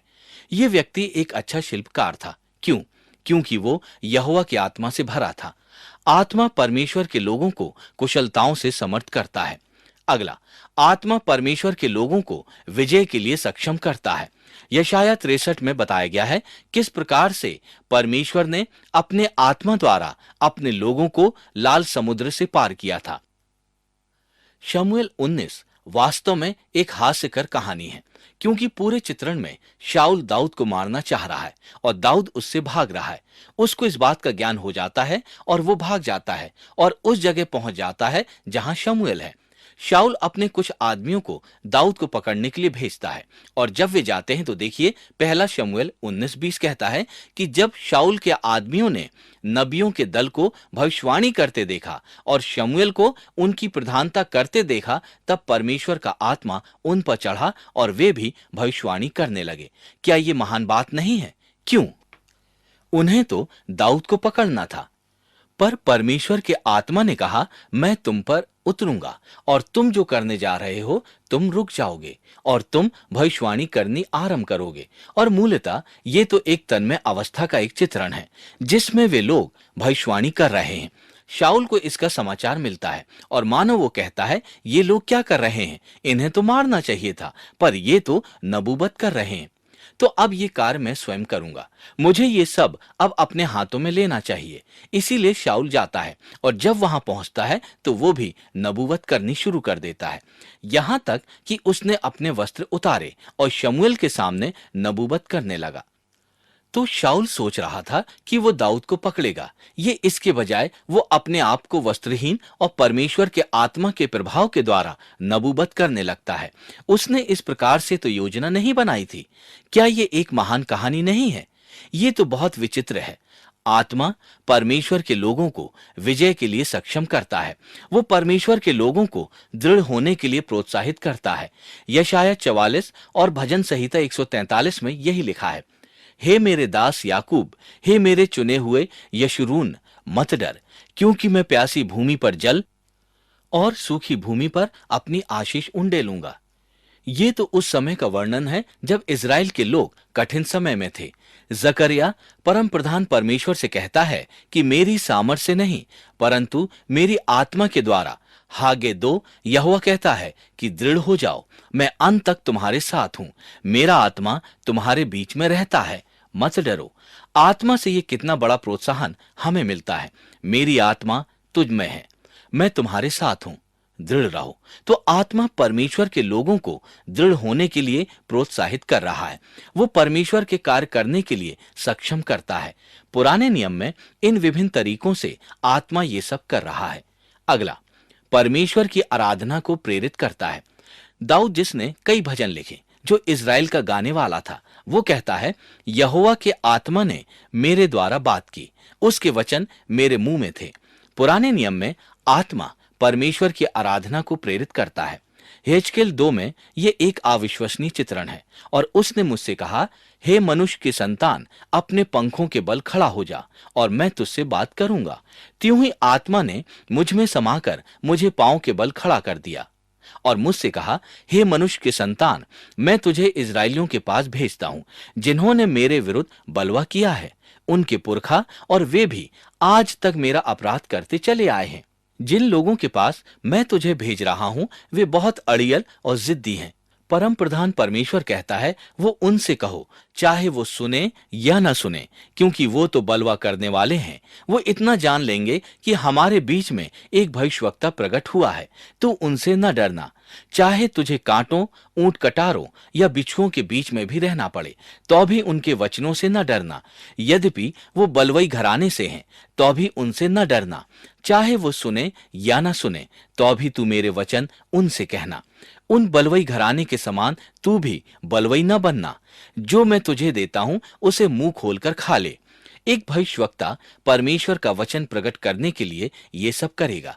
ये प्रक्रिया इस प्रकार से कार्यान्वित होती है। 2 चरण। यहां थोड़ा सतर्क होना है, क्योंकि बाद में इसी से हम कुछ समझेंगे। पहला, प्रगटीकरण। भविष्यवक्ता वचन को ग्रहण करता है, परमेश्वर उससे बात करता है और उस पर अपना वचन प्रकट करता है। भविष्यवक्ता परमेश्वर से वचन ग्रहण करता है और फिर उसका प्रसारण करता है। वाणी में ये वचन की घोषणा करता है। दूसरा इतिहास 24:20 में यहोवा कहता है, यहोवा का आत्मा मुझ में है, इन वचनों को बोल। यशाया 61, मीका 3 में परमेश्वर की सामर्थ से परिपूर्ण हो, परमेश्वर के आत्मा द्वारा ये वचन का प्रसारण करता है। इसीलिए भविष्यवक्ता वचन को ग्रहण करता है और उसका प्रसारण करता है। प्रगटीकरण, प्रेरणा, इनको याद रखिए। अब जबकि हम इन दोनों चीजों को अच्छी तरह से समझ गए हैं, तो मैं नए नियम में कुछ ऐसे पद्यांशों को दिखाऊंगा जो ये बताते हैं कि पुराने नियम में परमेश्वर क्या कर रहा था। इसे सुनिए। उन दिनों में पतरस विश्वासियों की मंडली में खड़ा हुआ। वे लोग तो लगभग 120 थे और कहा कि दाऊद के मुंह से बहुत पहले पवित्र आत्मा ने जिस धर्मशास्त्र के लिए कहा था, अब वो परिपूर्ण होगा। दाऊद के माध्यम से पवित्र आत्मा के द्वारा अपने सेवक हमारे पिता दाऊद के मुंह से कहा। फिर दूसरा पतरस 1:20 और 21। धर्मशास्त्र को समझने के लिए 2 बहुत ही महत्वपूर्ण पद। 11, ये जान लो कि पवित्र शास्त्र की कोई भी भविष्यवाणी किसी के अपनी विचारधारा के आधार पर पूर्ण नहीं होती, क्योंकि कोई भी भविष्यवाणी मनुष्य की इच्छा से कभी नहीं हुई, पर भक्तजन पवित्र आत्मा के द्वारा उभारे जाकर परमेश्वर की ओर से बोलते थे। पवित्र आत्मा उनको उभारता है और उनके द्वारा बात करता है। हम देखते हैं कि पवित्र आत्मा की 3 मुख्य भूमिकाएं हैं। पवित्र आत्मा परमेश्वर के कार्य करने को सक्षम करता है, वो परमेश्वर की आराधना को प्रेरित करता है और फिर वो परमेश्वर का वचन देता है। अंत में हमें फिर भी कुछ पूर्व अनुमान है, क्योंकि कुछ पूरा नहीं है। ये अनित्य उपस्थिति है, अपूरित प्रतिज्ञा है। फिर आप मत्ती, मरकुस, लूका व यूहन्ना में यीशु मसीह और छुटकारे का चित्रण देखते हैं, जो संपन्न होता है और हम परिपूर्णता को देखना शुरू कर देते हैं। इब्राहिम के ऊपर का ये महान कथन है। कलीसिया ने कभी भी पर्याप्त रूप से ये नहीं माना है कि यीशु मसीह के कार्य पर पवित्र आत्मा का क्या प्रभाव है। सामान्य विचार यह है कि पवित्र आत्मा का काम पृथ्वी पर मध्यस्थ के काम के समाप्त होने पर शुरू होता है। उस समय तक पवित्र आत्मा ने विश्राम कर अपना ईश्वरीय दिन बनाया था। वो तो बैठकर इस खेल में अनेक प्रतिज्ञा कर रहा था। ये सत्य नहीं है। धर्मशास्त्र हमें बार बार ये सिखाता है कि यीशु मसीह ने अपनी मध्यस्थता का कार्य पवित्र आत्मा द्वारा नियंत्रित होकर किया। मैं चाहता हूं कि आप इस बारे में सोचें कि यीशु मसीह में ये संपूर्ण प्रतिज्ञा पूरी कैसे होती है और फिर यीशु मसीह के जीवन के विभिन्न पहलुओं और उसके व्यक्तित्व के साथ कैसे संबंधित है। पुराने नियम में पवित्र आत्मा एक क्षणिक उपस्थिति है, यीशु मसीह पर पवित्र आत्मा एक स्थायी उपस्थिति है। यूहन्ना 1 में यही चित्रण है। मैंने आत्मा को कबूतर की नाई आकाश से उतरते देखा है और वो उस पर ठहर गया। जिस पर तू आत्मा को उतरते और ठहरते देखे, वही पवित्र आत्मा से बपतिस्मा देने वाला है। दूसरा, पुराने नियम में पवित्र आत्मा एक अपूरित प्रतिज्ञा है। यीशु मसीह में पवित्र आत्मा एक पूरित प्रतिज्ञा है। पुराने नियम की इन भविष्यवाणियों को सुनिए। यशाया 11, यशे के ठूंठ में से एक डाली फूट निकलेगी और उसकी जड़ में से एक शाखा निकलकर फलवंत होगी। यहोवा का आत्मा, बुद्धि और समझ का आत्मा, ज्ञान और यहोवा के भय का आत्मा उस पर ठहरा रहेगा। आप मत्ती 12:15 को देखते हैं। यहां यशाया 42 का उल्लेख है कि जो वचन यशाया भविष्यवक्ता के द्वारा कहा गया था वो पूरा हो, कि देखो मेरा सेवक है जिसे मैंने चुना है, मेरा प्रिय जिससे मेरा मन प्रसन्न है, मैं अपना आत्मा उस पर डालूंगा। लूका 4, यहां यशाया 61 से उल्लेख किया गया है। जब यीशु आराधनालय में खड़े होकर पुस्तक खोलकर पढ़ने लगे, प्रभु का आत्मा मुझ पर है, इसीलिए उसने कंगालों को सुसमाचार सुनाने के लिए मेरा अभिषेक किया है। आज ही ये लेख पूरा हुआ है। आत्मा के बारे में जो प्रतिज्ञा की गई थी वो इस संपूर्ण चित्र के बारे में जो प्रतिज्ञा की गई थी वो इस संपूर्ण चित्रण में मुझ पर पूरित हो जाती है। यीशु मसीह के जीवन के विभिन्न पहलुओं में ये किस प्रकार से समाप्त हो जाती है। उसका जन्म, उसका अवतरण, यीशु मसीह के जीवन में उसके मनुष्य होने में आत्मा क्या कर रहा है। पहला, अवतरण के लिए आत्मा भविष्य सूचक ढंग से मार्ग तैयार करता है। लूका 1, 41 से 67 और लूका 2 में लोगों पर आत्मा उतरने का चित्रण है। इलीशिबा और जकरिया को यीशु मसीह के आने के बारे में भविष्यवाणी करने में सक्षम बनाने के बारे में है। फिर लूका 2 में एक बहुत महान कहानी है। यरूशलेम में शमोन नामक एक मनुष्य था। वो धर्मी और भक्त था और इज़राइल की शांति की बाट जोह रहा था और पवित्र आत्मा उस पर था। पवित्र आत्मा से उसको चेतावनी हुई थी कि जब तक तू प्रभु यीशु मसीह को देख ना लेगा तब तक मृत्यु को ना देखेगा। तो उसे ये बताया गया था कि जब तक तू प्रभु यीशु मसीह को ना देखेगा तब तक मृत्यु को ना देखेगा। ये मनुष्य तो केवल यीशु मसीह को देखने के लिए ही जीवित था। वो सुबह उठता है, वो यीशु मसीह को देखना चाहता है और वो आत्मा के सिखाने से मंदिर में आया। और जब माता पिता उस बालक यीशु को भीतर लाए कि उसके लिए व्यवस्था की रीति पूरी करे, तो उसने उसे अपनी गोद में लिया और परमेश्वर का धन्यवाद करके कहा, हे स्वामी, अब तू अपने दास को अपने वचन के अनुसार शांति से विदा कर, क्योंकि मेरी आंखों ने उद्धार को देख लिया है, जिसे तूने सब देशों के सामने तैयार कर लिया है, कि वो अन्य जातियों को प्रकाश देने के लिए ज्योति और तेरे निज लोग इज़राइल की महिमा हो। क्या ये एक महान चित्रण नहीं है? आप इस दिन के लिए जीवित रहते हैं, आप इस बालक को देखते हैं और आपको ये आभास होता है कि ये परमेश्वर का उद्धार है। कितनी अविश्वसनीय छवि है। दूसरा, आत्मा अवतरण को प्राकृतिक रूप से संभावित करता है। लूका 1:29 से 35 में ये चित्रण है जहां स्वर्गदूत मरियम से कहता है, पवित्र आत्मा तुझ पर उतरेगा और परम प्रधान की सामर्थ तुझ पर छाया करेगी। वो जो उत्पन्न होने वाला है परमेश्वर का पुत्र कहलाएगा।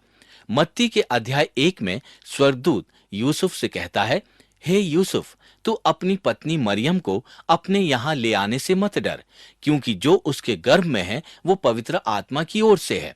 पवित्र आत्मा वास्तव में मरियम में यीशु मसीह की मानवता के रूप में दे रहा है।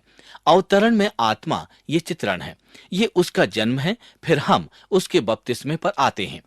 आत्मा यीशु मसीह के बपतिस्मों में, यीशु मसीह के बपतिस्मे में आत्मा क्या करता है?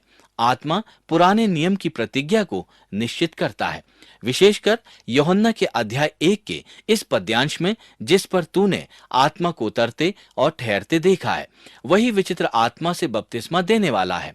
यीशु मसीह के बपतिस्मे पर आत्मा उसे धार्मिक कार्यभार उठाने के लिए नियुक्त करता है। उसके बपतिस्मा होने के बाद कबूतर की तरह उस पर उतरता है। मरकुस 1 में लिखा है, स्वर्ग से एक आवाज आई जिसने कहा, तू मेरा प्रिय पुत्र है, मैं तुझसे प्रसन्न हूं। और आत्मा ने तुरंत उसे जंगल की तरफ भेजा। वो तुरंत आत्मा द्वारा नियुक्त किया गया और भेजा गया। और अब उसकी परीक्षा होती है, यीशु मसीह के परीक्षा में पढ़ना। लूका 4:1, 4:14। यीशु मसीह आत्मा के द्वारा जंगल से लौटा और 40 दिन तक आत्मा के सिखाने से जंगल में फिरता रहा। और उसके बाद यीशु आत्मा के सामर्थ्य से गलील को लौट गया। इसके बारे में सोचने पर लगता है कि ये एक विस्मयकारी चित्र है। आत्मा यीशु को जंगल में ले गया। परमेश्वर का आत्मा उसे उस स्थान पर ले गया जहां उसकी परीक्षा होनी थी।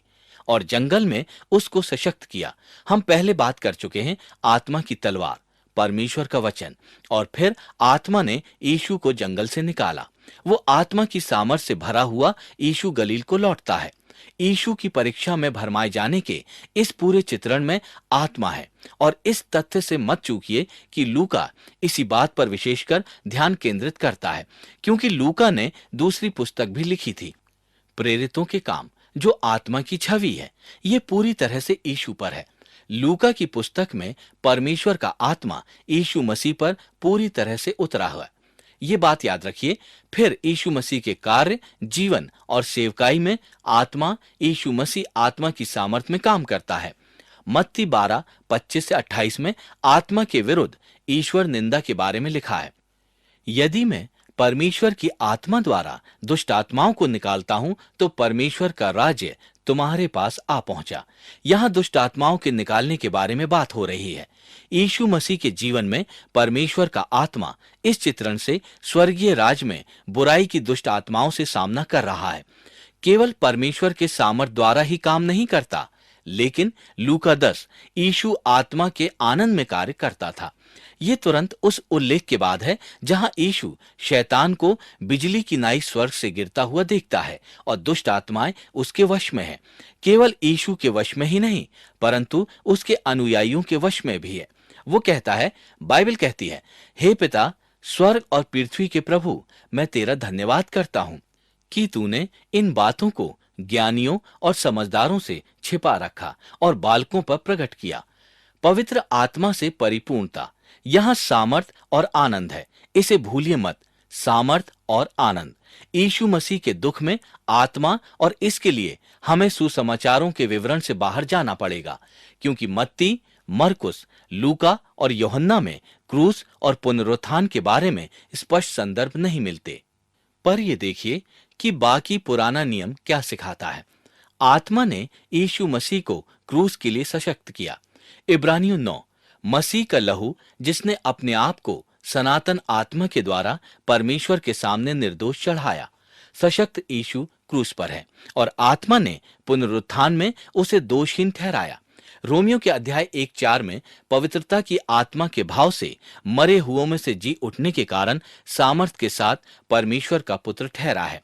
पहला तीमुथियुस 3:16। इसमें संदेह नहीं कि भक्ति का भेद गंभीर है। वो जो शरीर में प्रकट हुआ, आत्मा में दोष रहित ठहरा। पतरस 3:18। मसीह ने एक बार दुख उठाया, वो शरीर के भाव से घात किया गया, पर आत्मा के भाव से मिलाया गया।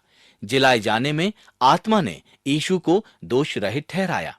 अब हम स्वर्गारोहण पर आते हैं, और स्वर्गारोहण आत्मा की उपस्थिति के आने के लिए एक उत्प्रेरक है। कभी कभी यीशु मसीह के व्यक्तिगत कार्य में ये छिप जाता है, पर यह तो महान है।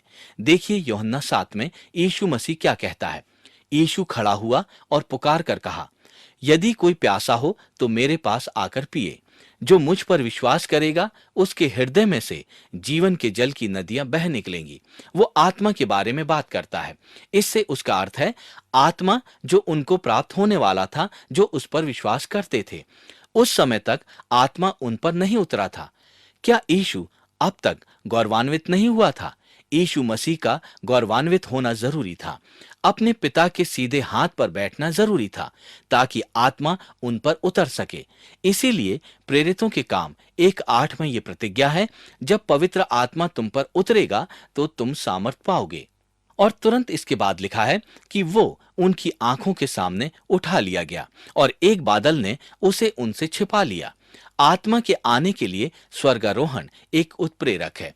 आत्मा के कार्य की निरंतरता के लिए स्वर्गारोहण मुख्य है। मैं आपको यह दिखाना चाहता हूं। मेरे साथ प्रेरितों के काम का पहला अध्याय खोलें, एक एक को ध्यान पूर्वक पढ़ें। हे थियोफिलुस, मैंने अपनी पहली पुस्तिका उन सब बातों के विषय में लिखी जो यीशु मसीह ने आरंभ में करना शुरू किया और सिखाता रहा, उस दिन तक जब तक वो आत्मा के द्वारा उठाया ना गया। वो कहता है कि जो यीशु ने किया और सिखाया उसका आरंभ। पर प्रेरितों के काम के पहले अध्याय के 11 पद से यीशु यहां है ही नहीं। तो ये सारी पुस्तक की शुरुआत कैसे हुई? जबकि यीशु मसीह के बारे में कई संदर्भ देखते हैं, पर वो ज्यादा प्रचलित नहीं है। संपूर्ण चित्रण यह है कि परमेश्वर का आत्मा परमेश्वर के लोगों में वास करता हुआ यीशु मसीह के कार्य का उसके लोगों में केवल आरंभ हो रहा था। प्रेरितों के काम के पहले अध्याय में ये 200 विश्वासियों से लेकर 3000 तक फैला और दूसरे अध्याय तक 5000 तक विश्वासियों में फैला और इसी तरह फैलता रहा, जिनमें यीशु मसीह की उपस्थिति है, क्योंकि वो स्वर्ग में उठा लिया गया है और उसने अपना आत्मा हमारे पास भेजा है। स्वर्गारोहण आत्मा के काम को जारी रखने की कुंजी है। क्या आप प्रेरितों के काम के अध्याय 7 में इसे देख सकते हैं? उन स्थानों में से वो एक स्थान है जहां हम यीशु मसीह को देखते हैं, जब स्तिफनुस को पत्थरवाह किया जा रहा था और जब वो ऊपर की ओर देखता है और आकाश को खुला हुआ और मनुष्य के पुत्र यीशु मसीह को परमेश्वर के दाहिने हाथ पर खड़ा हुआ देखता है। रोमियो 8:34। मसीह वो जो मर गया वरन मुर्दों में से जी उठा और परमेश्वर के दाहिनी ओर है और हमारे लिए निवेदन भी करता है। अंततः स्वर्गारोहण ये एक निश्चितता है कि आत्मा यीशु मसीह के फिर से आने की ओर हमारी अगुवाई करेगी। यीशु मसीह के स्वर्ग में उठाए जाने पर यही प्रतिज्ञा हमें मिली है कि वो वापस आ रहा है। वही यीशु मसीह जो तुमसे अलग होकर स्वर्ग में उठा लिया गया, उसी प्रकार से तुम उसे वापस भी आता हुआ देखोगे। देखो पेज का हालत। हमें अभी तक इस्राएल के साथ आत्मा और यीशु मसीह पर आत्मा को देखा।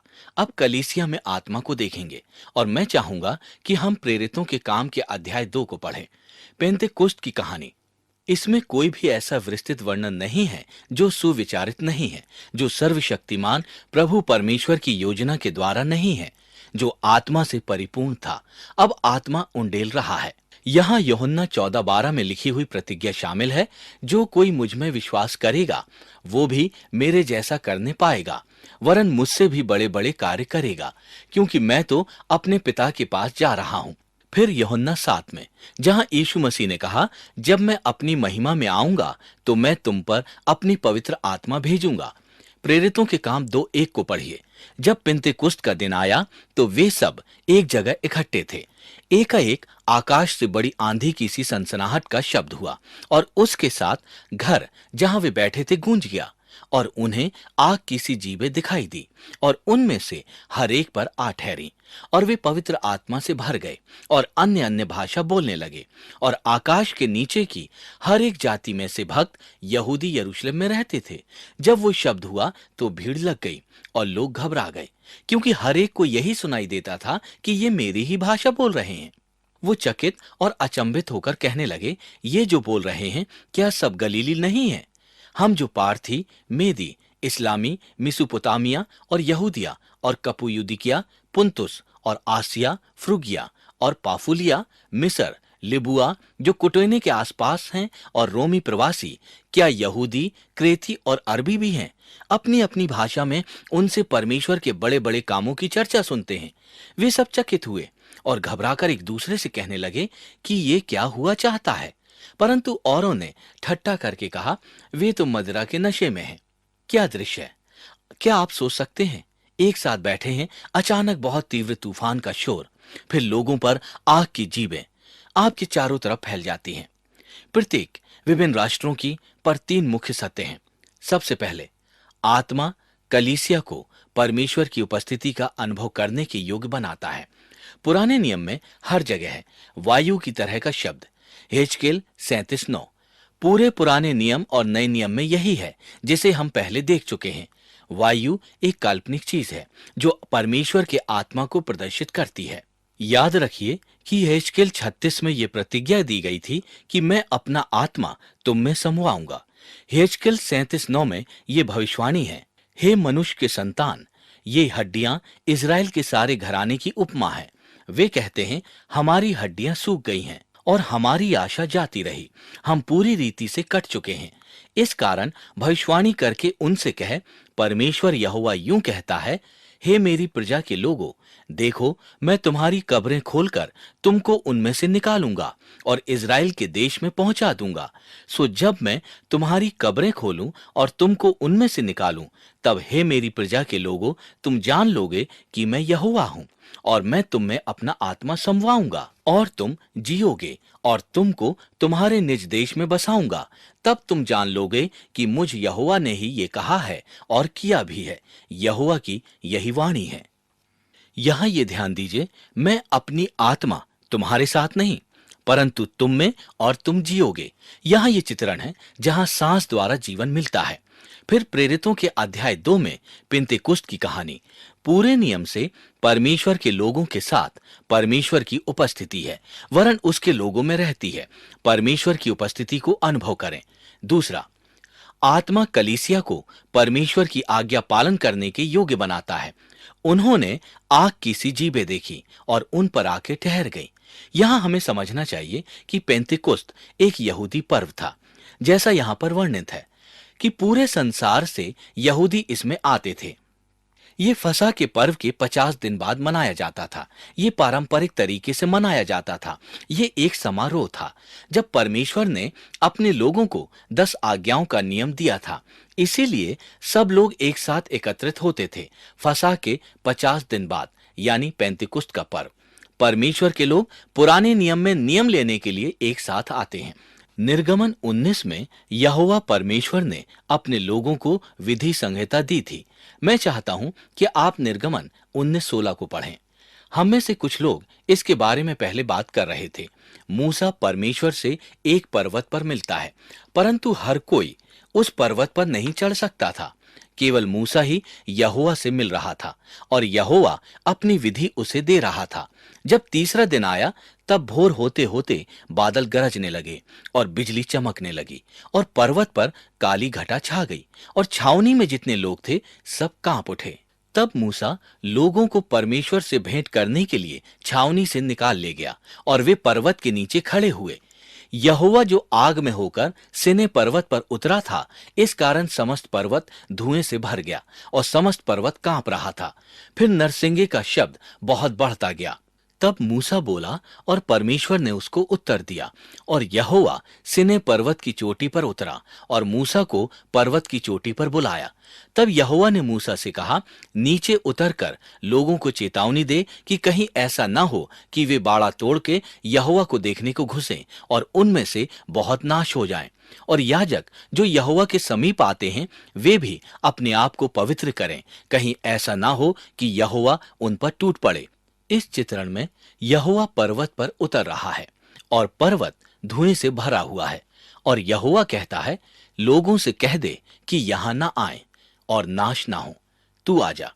जब यहोवा ने विधि संहिता दी थी तब ये हुआ था। फिर हम निर्गमन 20 पर आते हैं जहां 10 आज्ञाएं दी गई थी। इसके बाद निर्गमन 20 से 31 तक दूसरी विधियां दी गई थी और अंततः हम निर्गमन 32 पर आते हैं जहां से हमने शुरू किया था। मूसा नीचे आता है और लोगों को सोने के बछड़े की पूजा करते हुए देखता है और वो उसके लिए अनुयाय करता है। वो अभी पर्वत से विधियां लेकर उतरा भी नहीं था और लोग विधियों को तोड़ रहे हैं। फिर क्या होता है? निर्गमन 32:28 में मूसा लेवियों से कहता है, इज़राइल का परमेश्वर कहता है कि अपनी अपनी जांघ पर तलवार लटकाकर छावनी से एक निकास से दूसरी निकास तक घूम घूम कर अपने भाइयों, साथियों और पड़ोसियों को मार डालो। मूसा के इस वचन के अनुसार लेवियों ने किया और उस दिन 3000 लोग मारे गए।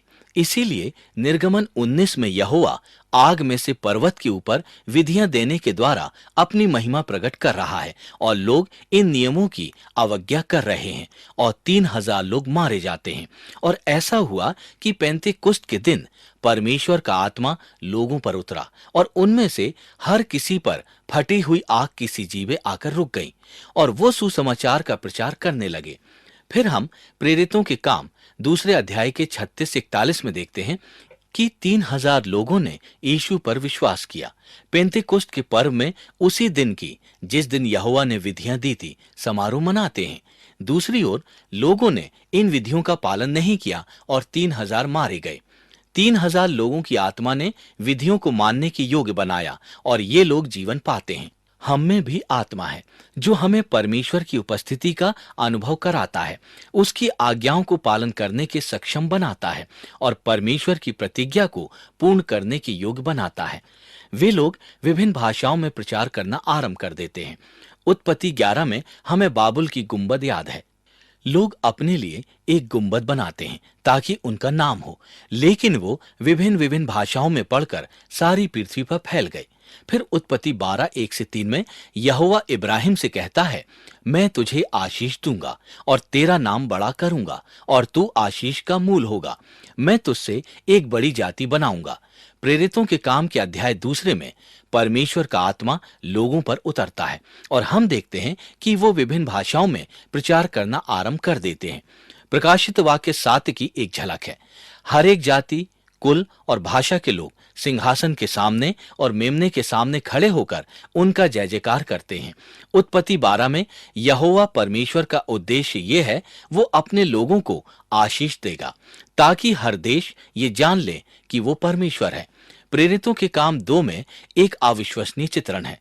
हम किसी भी प्रकार से इस चित्रण का कि जब पेंतिकुस्त का समय आता है तो क्या होता है, इसका अधिमूल्यांकन नहीं कर सकते। हमारे अध्ययन के 4 पक्ष हैं। पवित्र आत्मा एक समीक्षा, इतिहास में इसका रहस्य। पवित्र आत्मा एक व्यक्ति, वो क्या है, पवित्र आत्मा का व्यक्ति और वो कौन है, और फिर पवित्र आत्मा के कार्य अर्थात वो क्या करता है। बर्नार्ड रेम नामक एक व्यक्ति था। ये कथन है उसका, ये प्रकाशमान करना कि पवित्र आत्मा के बारे में बहुत जानकारी है। ये परमेश्वर के पवित्र आत्मा की प्रकृति के विरुद्ध है। आत्मा के बारे में कुछ गोपनीय है जिसे अनावृत नहीं किया जा सकता। आत्मा की एक तत्कालिकता है जिसे मानसिक प्रतिबिंब में नहीं ढकेल सकते। आत्मा की एक अप्रत्यक्षता है जिसे जबरदस्ती प्रत्यक्ष नहीं कर सकते। आत्मा की एक अल्भाषिता है जिसे स्पष्टता में नहीं बदल सकते। इन कारणों से कोई भी आत्मा के बारे में एक पंक्ति भी लिखने में अपूर्ण, असहायक और अयोग्य होता है। यहां पर मैं वास्तव में चाहता हूं कि हम सब पवित्र आत्मा के रहस्य के अन्वेषण के विभिन्न तरीकों के बारे में सोचें। पहला, आत्मा अनिवार्य है। बिना पवित्र आत्मा के हम यहां नहीं होते।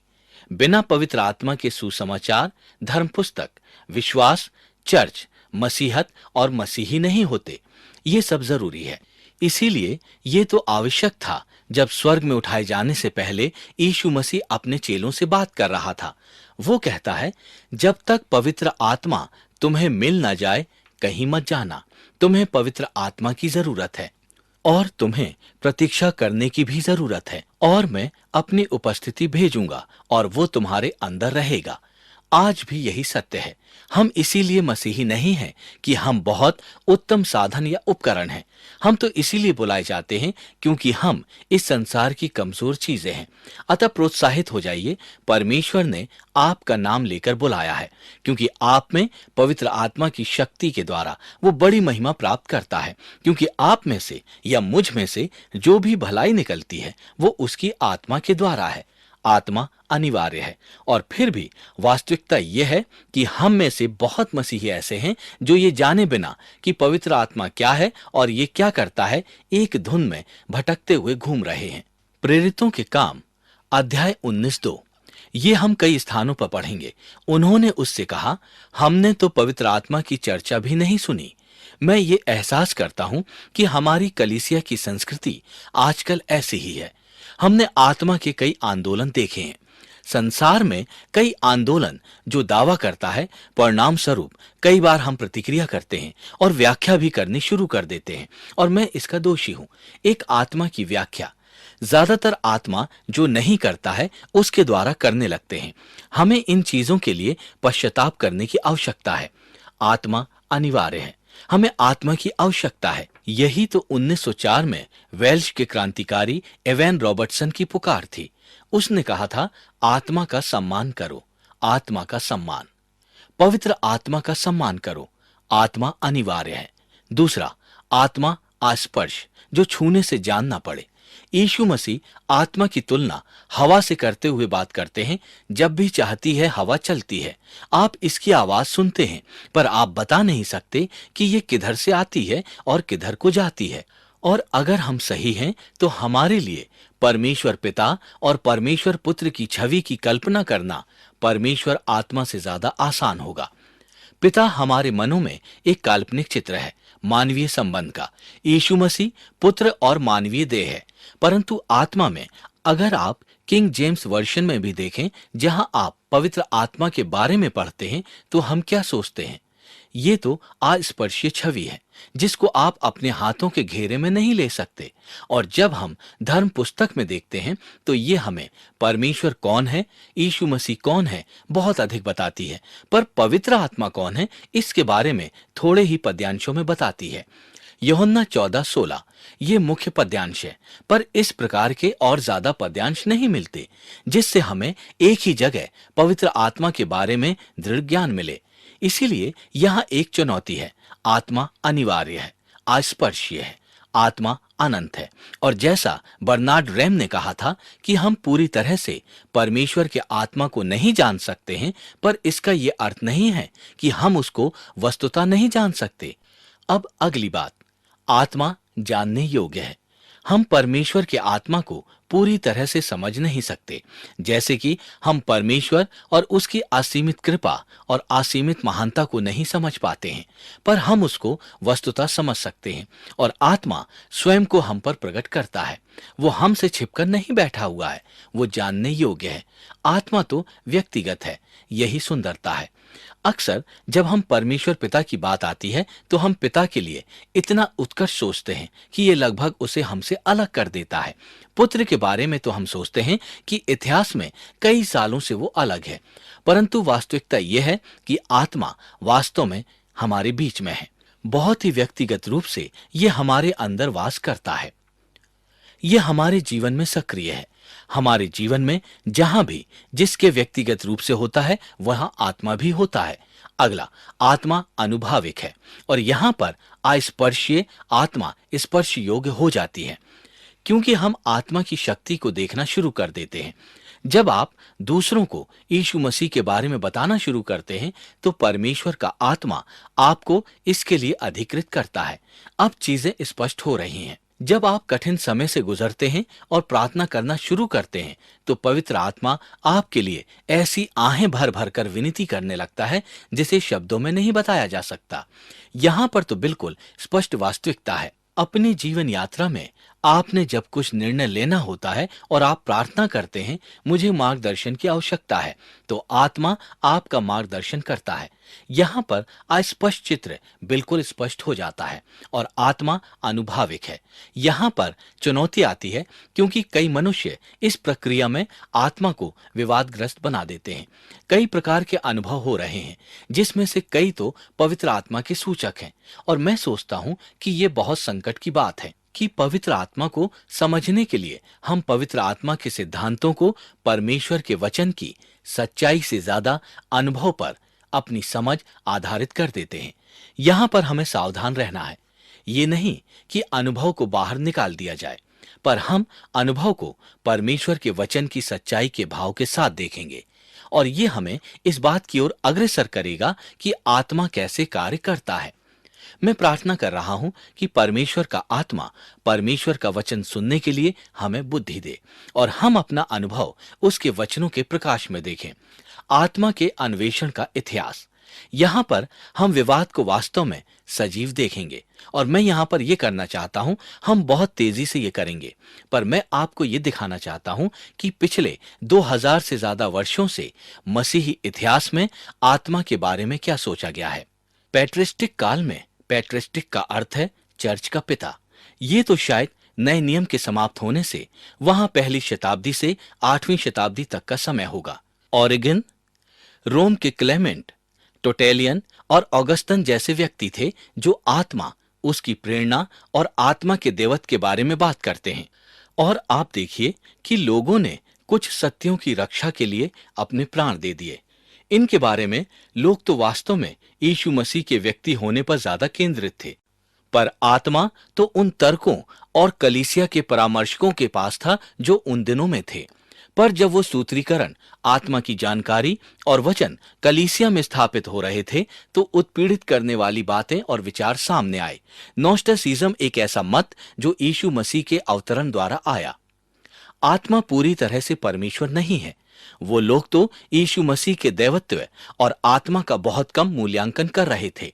एक दूसरी शिक्षा प्रणाली मॉन्टेनिज्म थी। मॉन्टेनिस और उसके अनुयायी आत्मा के प्रवक्ता थे। जब मॉन्टेनिस का बपतिस्मा हुआ तो वो विभिन्न भाषाओं में बोलने लगा और भविष्यवाणी करने लगा। इसीलिए उसने और उसके दो स्त्री शिष्यों ने यह फैसला किया कि वो परमेश्वर के प्रवक्ता हैं और वो परमेश्वर के वचनों को लोगों तक लेकर आएंगे, जो धर्म पुस्तक के स्तर पर ही आधिकारिक हैं। दूसरी ओर भी आंदोलन उस समय उठ रहे थे। फिर हम मध्यकालीन पर आते हैं। ये तो 8वीं शताब्दी से 15वीं शताब्दी तक है। सबसे बड़ी बात यहां पर यह थी कि पूर्वी और पश्चिमी मसीहत में मतभेद था। ये मतभेद इस प्रश्न से उत्पन्न हुआ कि आत्मा क्या पिता से या पुत्र से आती है। यहां मेरा अनुसरण करें, क्योंकि इस समय यह प्रलोभन आएगा और आप सोचेंगे कि कौन इस मतभेद की परवाह करता है और ये एक इतना बड़ा मुद्दा क्यों है। पर मूल रूप से तर्क ये था कि क्या आत्मा केवल पिता से आता है या पिता और पुत्र से। ये तो विवादग्रस्त है और कई लोग तो त्रिएकता का कुछ ऐसा अवलोकन करते हैं कि पिता है और उसके दो हाथ हैं, पुत्र और आत्मा, इसीलिए आत्मा पिता से आता है। यहां पर पश्चिमी मसीही अलग हो गए और उन्होंने कहा, हम ये नहीं कहेंगे कि आत्मा पिता और पुत्र आत्मा से है। पूर्वी मसीहों ने कहा कि उसका पिता और पुत्र दोनों से ही आता है और ये आवश्यक है। ये आजकल आवश्यक है क्योंकि कई अनुमानित ईसाई धर्म हैं जो यही सोचते हैं कि आत्मा केवल पिता से ही आता है। वो कहते हैं अगर ये राज्य है तो आत्मा बिना यीशु मसीह के दूसरे धर्म या विश्वास में जा सकता है और बिना यीशु मसीह की मध्यस्थता के लोगों को पिता तक ला सकता है। इसीलिए आजकल कलीसियाओं और विभिन्न पंथों में ये अनियंत्रित समूह और वर्ग सजीव हैं। और ये बहुत आश्चर्यचकित करने वाली बातें हैं कि मसीही प्रभारी व्यक्ति ये बात किस प्रकार से आत्मा सब धर्मों से लोगों को बिना यीशु मसीह को परमेश्वर तक ला रहा है। यीशु मसीह इस चित्रांकन से बिल्कुल बाहर है, इसीलिए ये जरूरी है